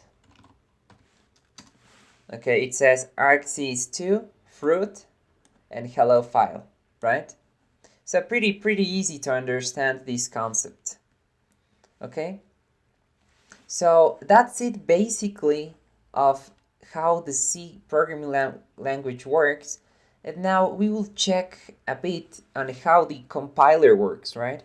So we will open the CC file we created previously, and as you can see here, we have a very simple compilation script which only says clang c1.c minus o c1, which means get this file and compile it and write the executable file with this c1 name, right? Which is okay. Now, if we have more programs or more complex programs, we want those programs to run faster. For that, we can enable the optimizing compiler with optimization flags, okay? To enable the optimization flags, we can do -O, which is capital O. So if we, let me see, if I run this again, it takes a little bit more to compile, okay? And if I, so this is not noticeable, but if you have a lot of large algorithm, okay, it's just, and these optimization flags will optimize the code to run faster, right? So apart from that, there's also optimization levels like O2, for example. Press O2, it still will compile and have a different level of optimization. And we also have O3, which is an even kind of a more powerful level of optimization. So that's basically the flags we can learn about how to code in C. We can also add additional flags. For example, to add a new flag, we just type minus and the flag we want to add. For example, capital W A L L, which means enable all warnings. Okay, and capital W extra. Okay, which means enable extra warnings if needed. Okay, and we also have the option to treat warnings as errors. So I can say W error, I think. So let me check if that's correct. Yeah, hope that seems to be correct. And since we don't have any warnings, so the program doesn't do anything, which is cool, of course, to not have warnings. So this is how kind of warnings work. This is also how kind of the compiler works. How can we set this? And there's really lots of different flags we can use. For example, we want to print the square root of a number, but the C programming language doesn't include that built-in, so we have to include the math library. To include the math library, we just type -lm, which is kind of means library of math, right? So if we go right here, we can now include the math library. So you can say include math.h actually, okay? So when we include math.h, so let me delete all of this because we don't need it anymore. Okay, so when we include math.h, now I can print the square root of a number. Okay, so to print the square root of a number, I just call sqrt, okay, and I will pass a number, for example, 16, right? And I will store this in a double, I think, so double square root, and I have the square root of 16. So if I want to print this, I would say printf a float or double in this case. I think f will be enough, so let's check. And of course a new line, and here we will press the square root. Okay, and now we're gonna compile it. Oh, oops, we have unused parameters. As you can see, this means treat warnings as errors. So the flag we just used is telling us that we are not using these two parameters. Okay, so when we forget to do something, these parameters will tell us. Okay, so basically, if we don't use it, then why you have it, right? So we delete this and we compile it again, and we run it again. As you can see, we have the square root of 16. which everyone knows, right? But what about the square root of 17? Kind of tricky one, right? So we compile it, and here we have the square root of 17. By the way, this is not possible. This won't be possible if we didn't include the math right here and also the LM flag right here. So with those two flags, we can include, we are able to get the math functions, which are many more. To open and know what these files contain in VS Code, it's very easy to do. We will just hold down the Control key, and then we will press on the file name. And as you can see, a file has opened right here, which has a license, the GNU license, and all of this. And it has, lots of code that enables us to know which features this library contains, right? So as you can see right here, we can also calculate the cosine, the sine, all of these mathematical functions inside this math library. Logarithms, logarithm 10, powers, a square root, which we just used, and lots of things I don't even understand what they are for. So we have lots of different exponents, everything math, okay? So that's how we can open this. And if you want to open stdio.h, we'll press Control and we'll click on the library name. And again, if we scroll down, we will find that it includes stdio. And if we click on that again, we will find that it also has these new parameters like here, and it includes CSTDO. And if you open this again, kind of a tree, being open and opening this kind of things, and here we have the functions that this library is able to use. We can keep opening and get the function that we are able to call, right? So this is basically how to program in C with Visual Studio Code and CLang, but you can also use GCC, which are pretty similar. So let's change CLang with GCC. Okay, I think I have installed it. So if we do that and I press CC, then it is basically the same. As you can see, both of these are the same, but I am more used to CLang, but both are great. Okay, so that's it for this video, and that's it for this C tutorial. I hope you enjoyed it, and I see you in a future course. Thanks for watching. Bye.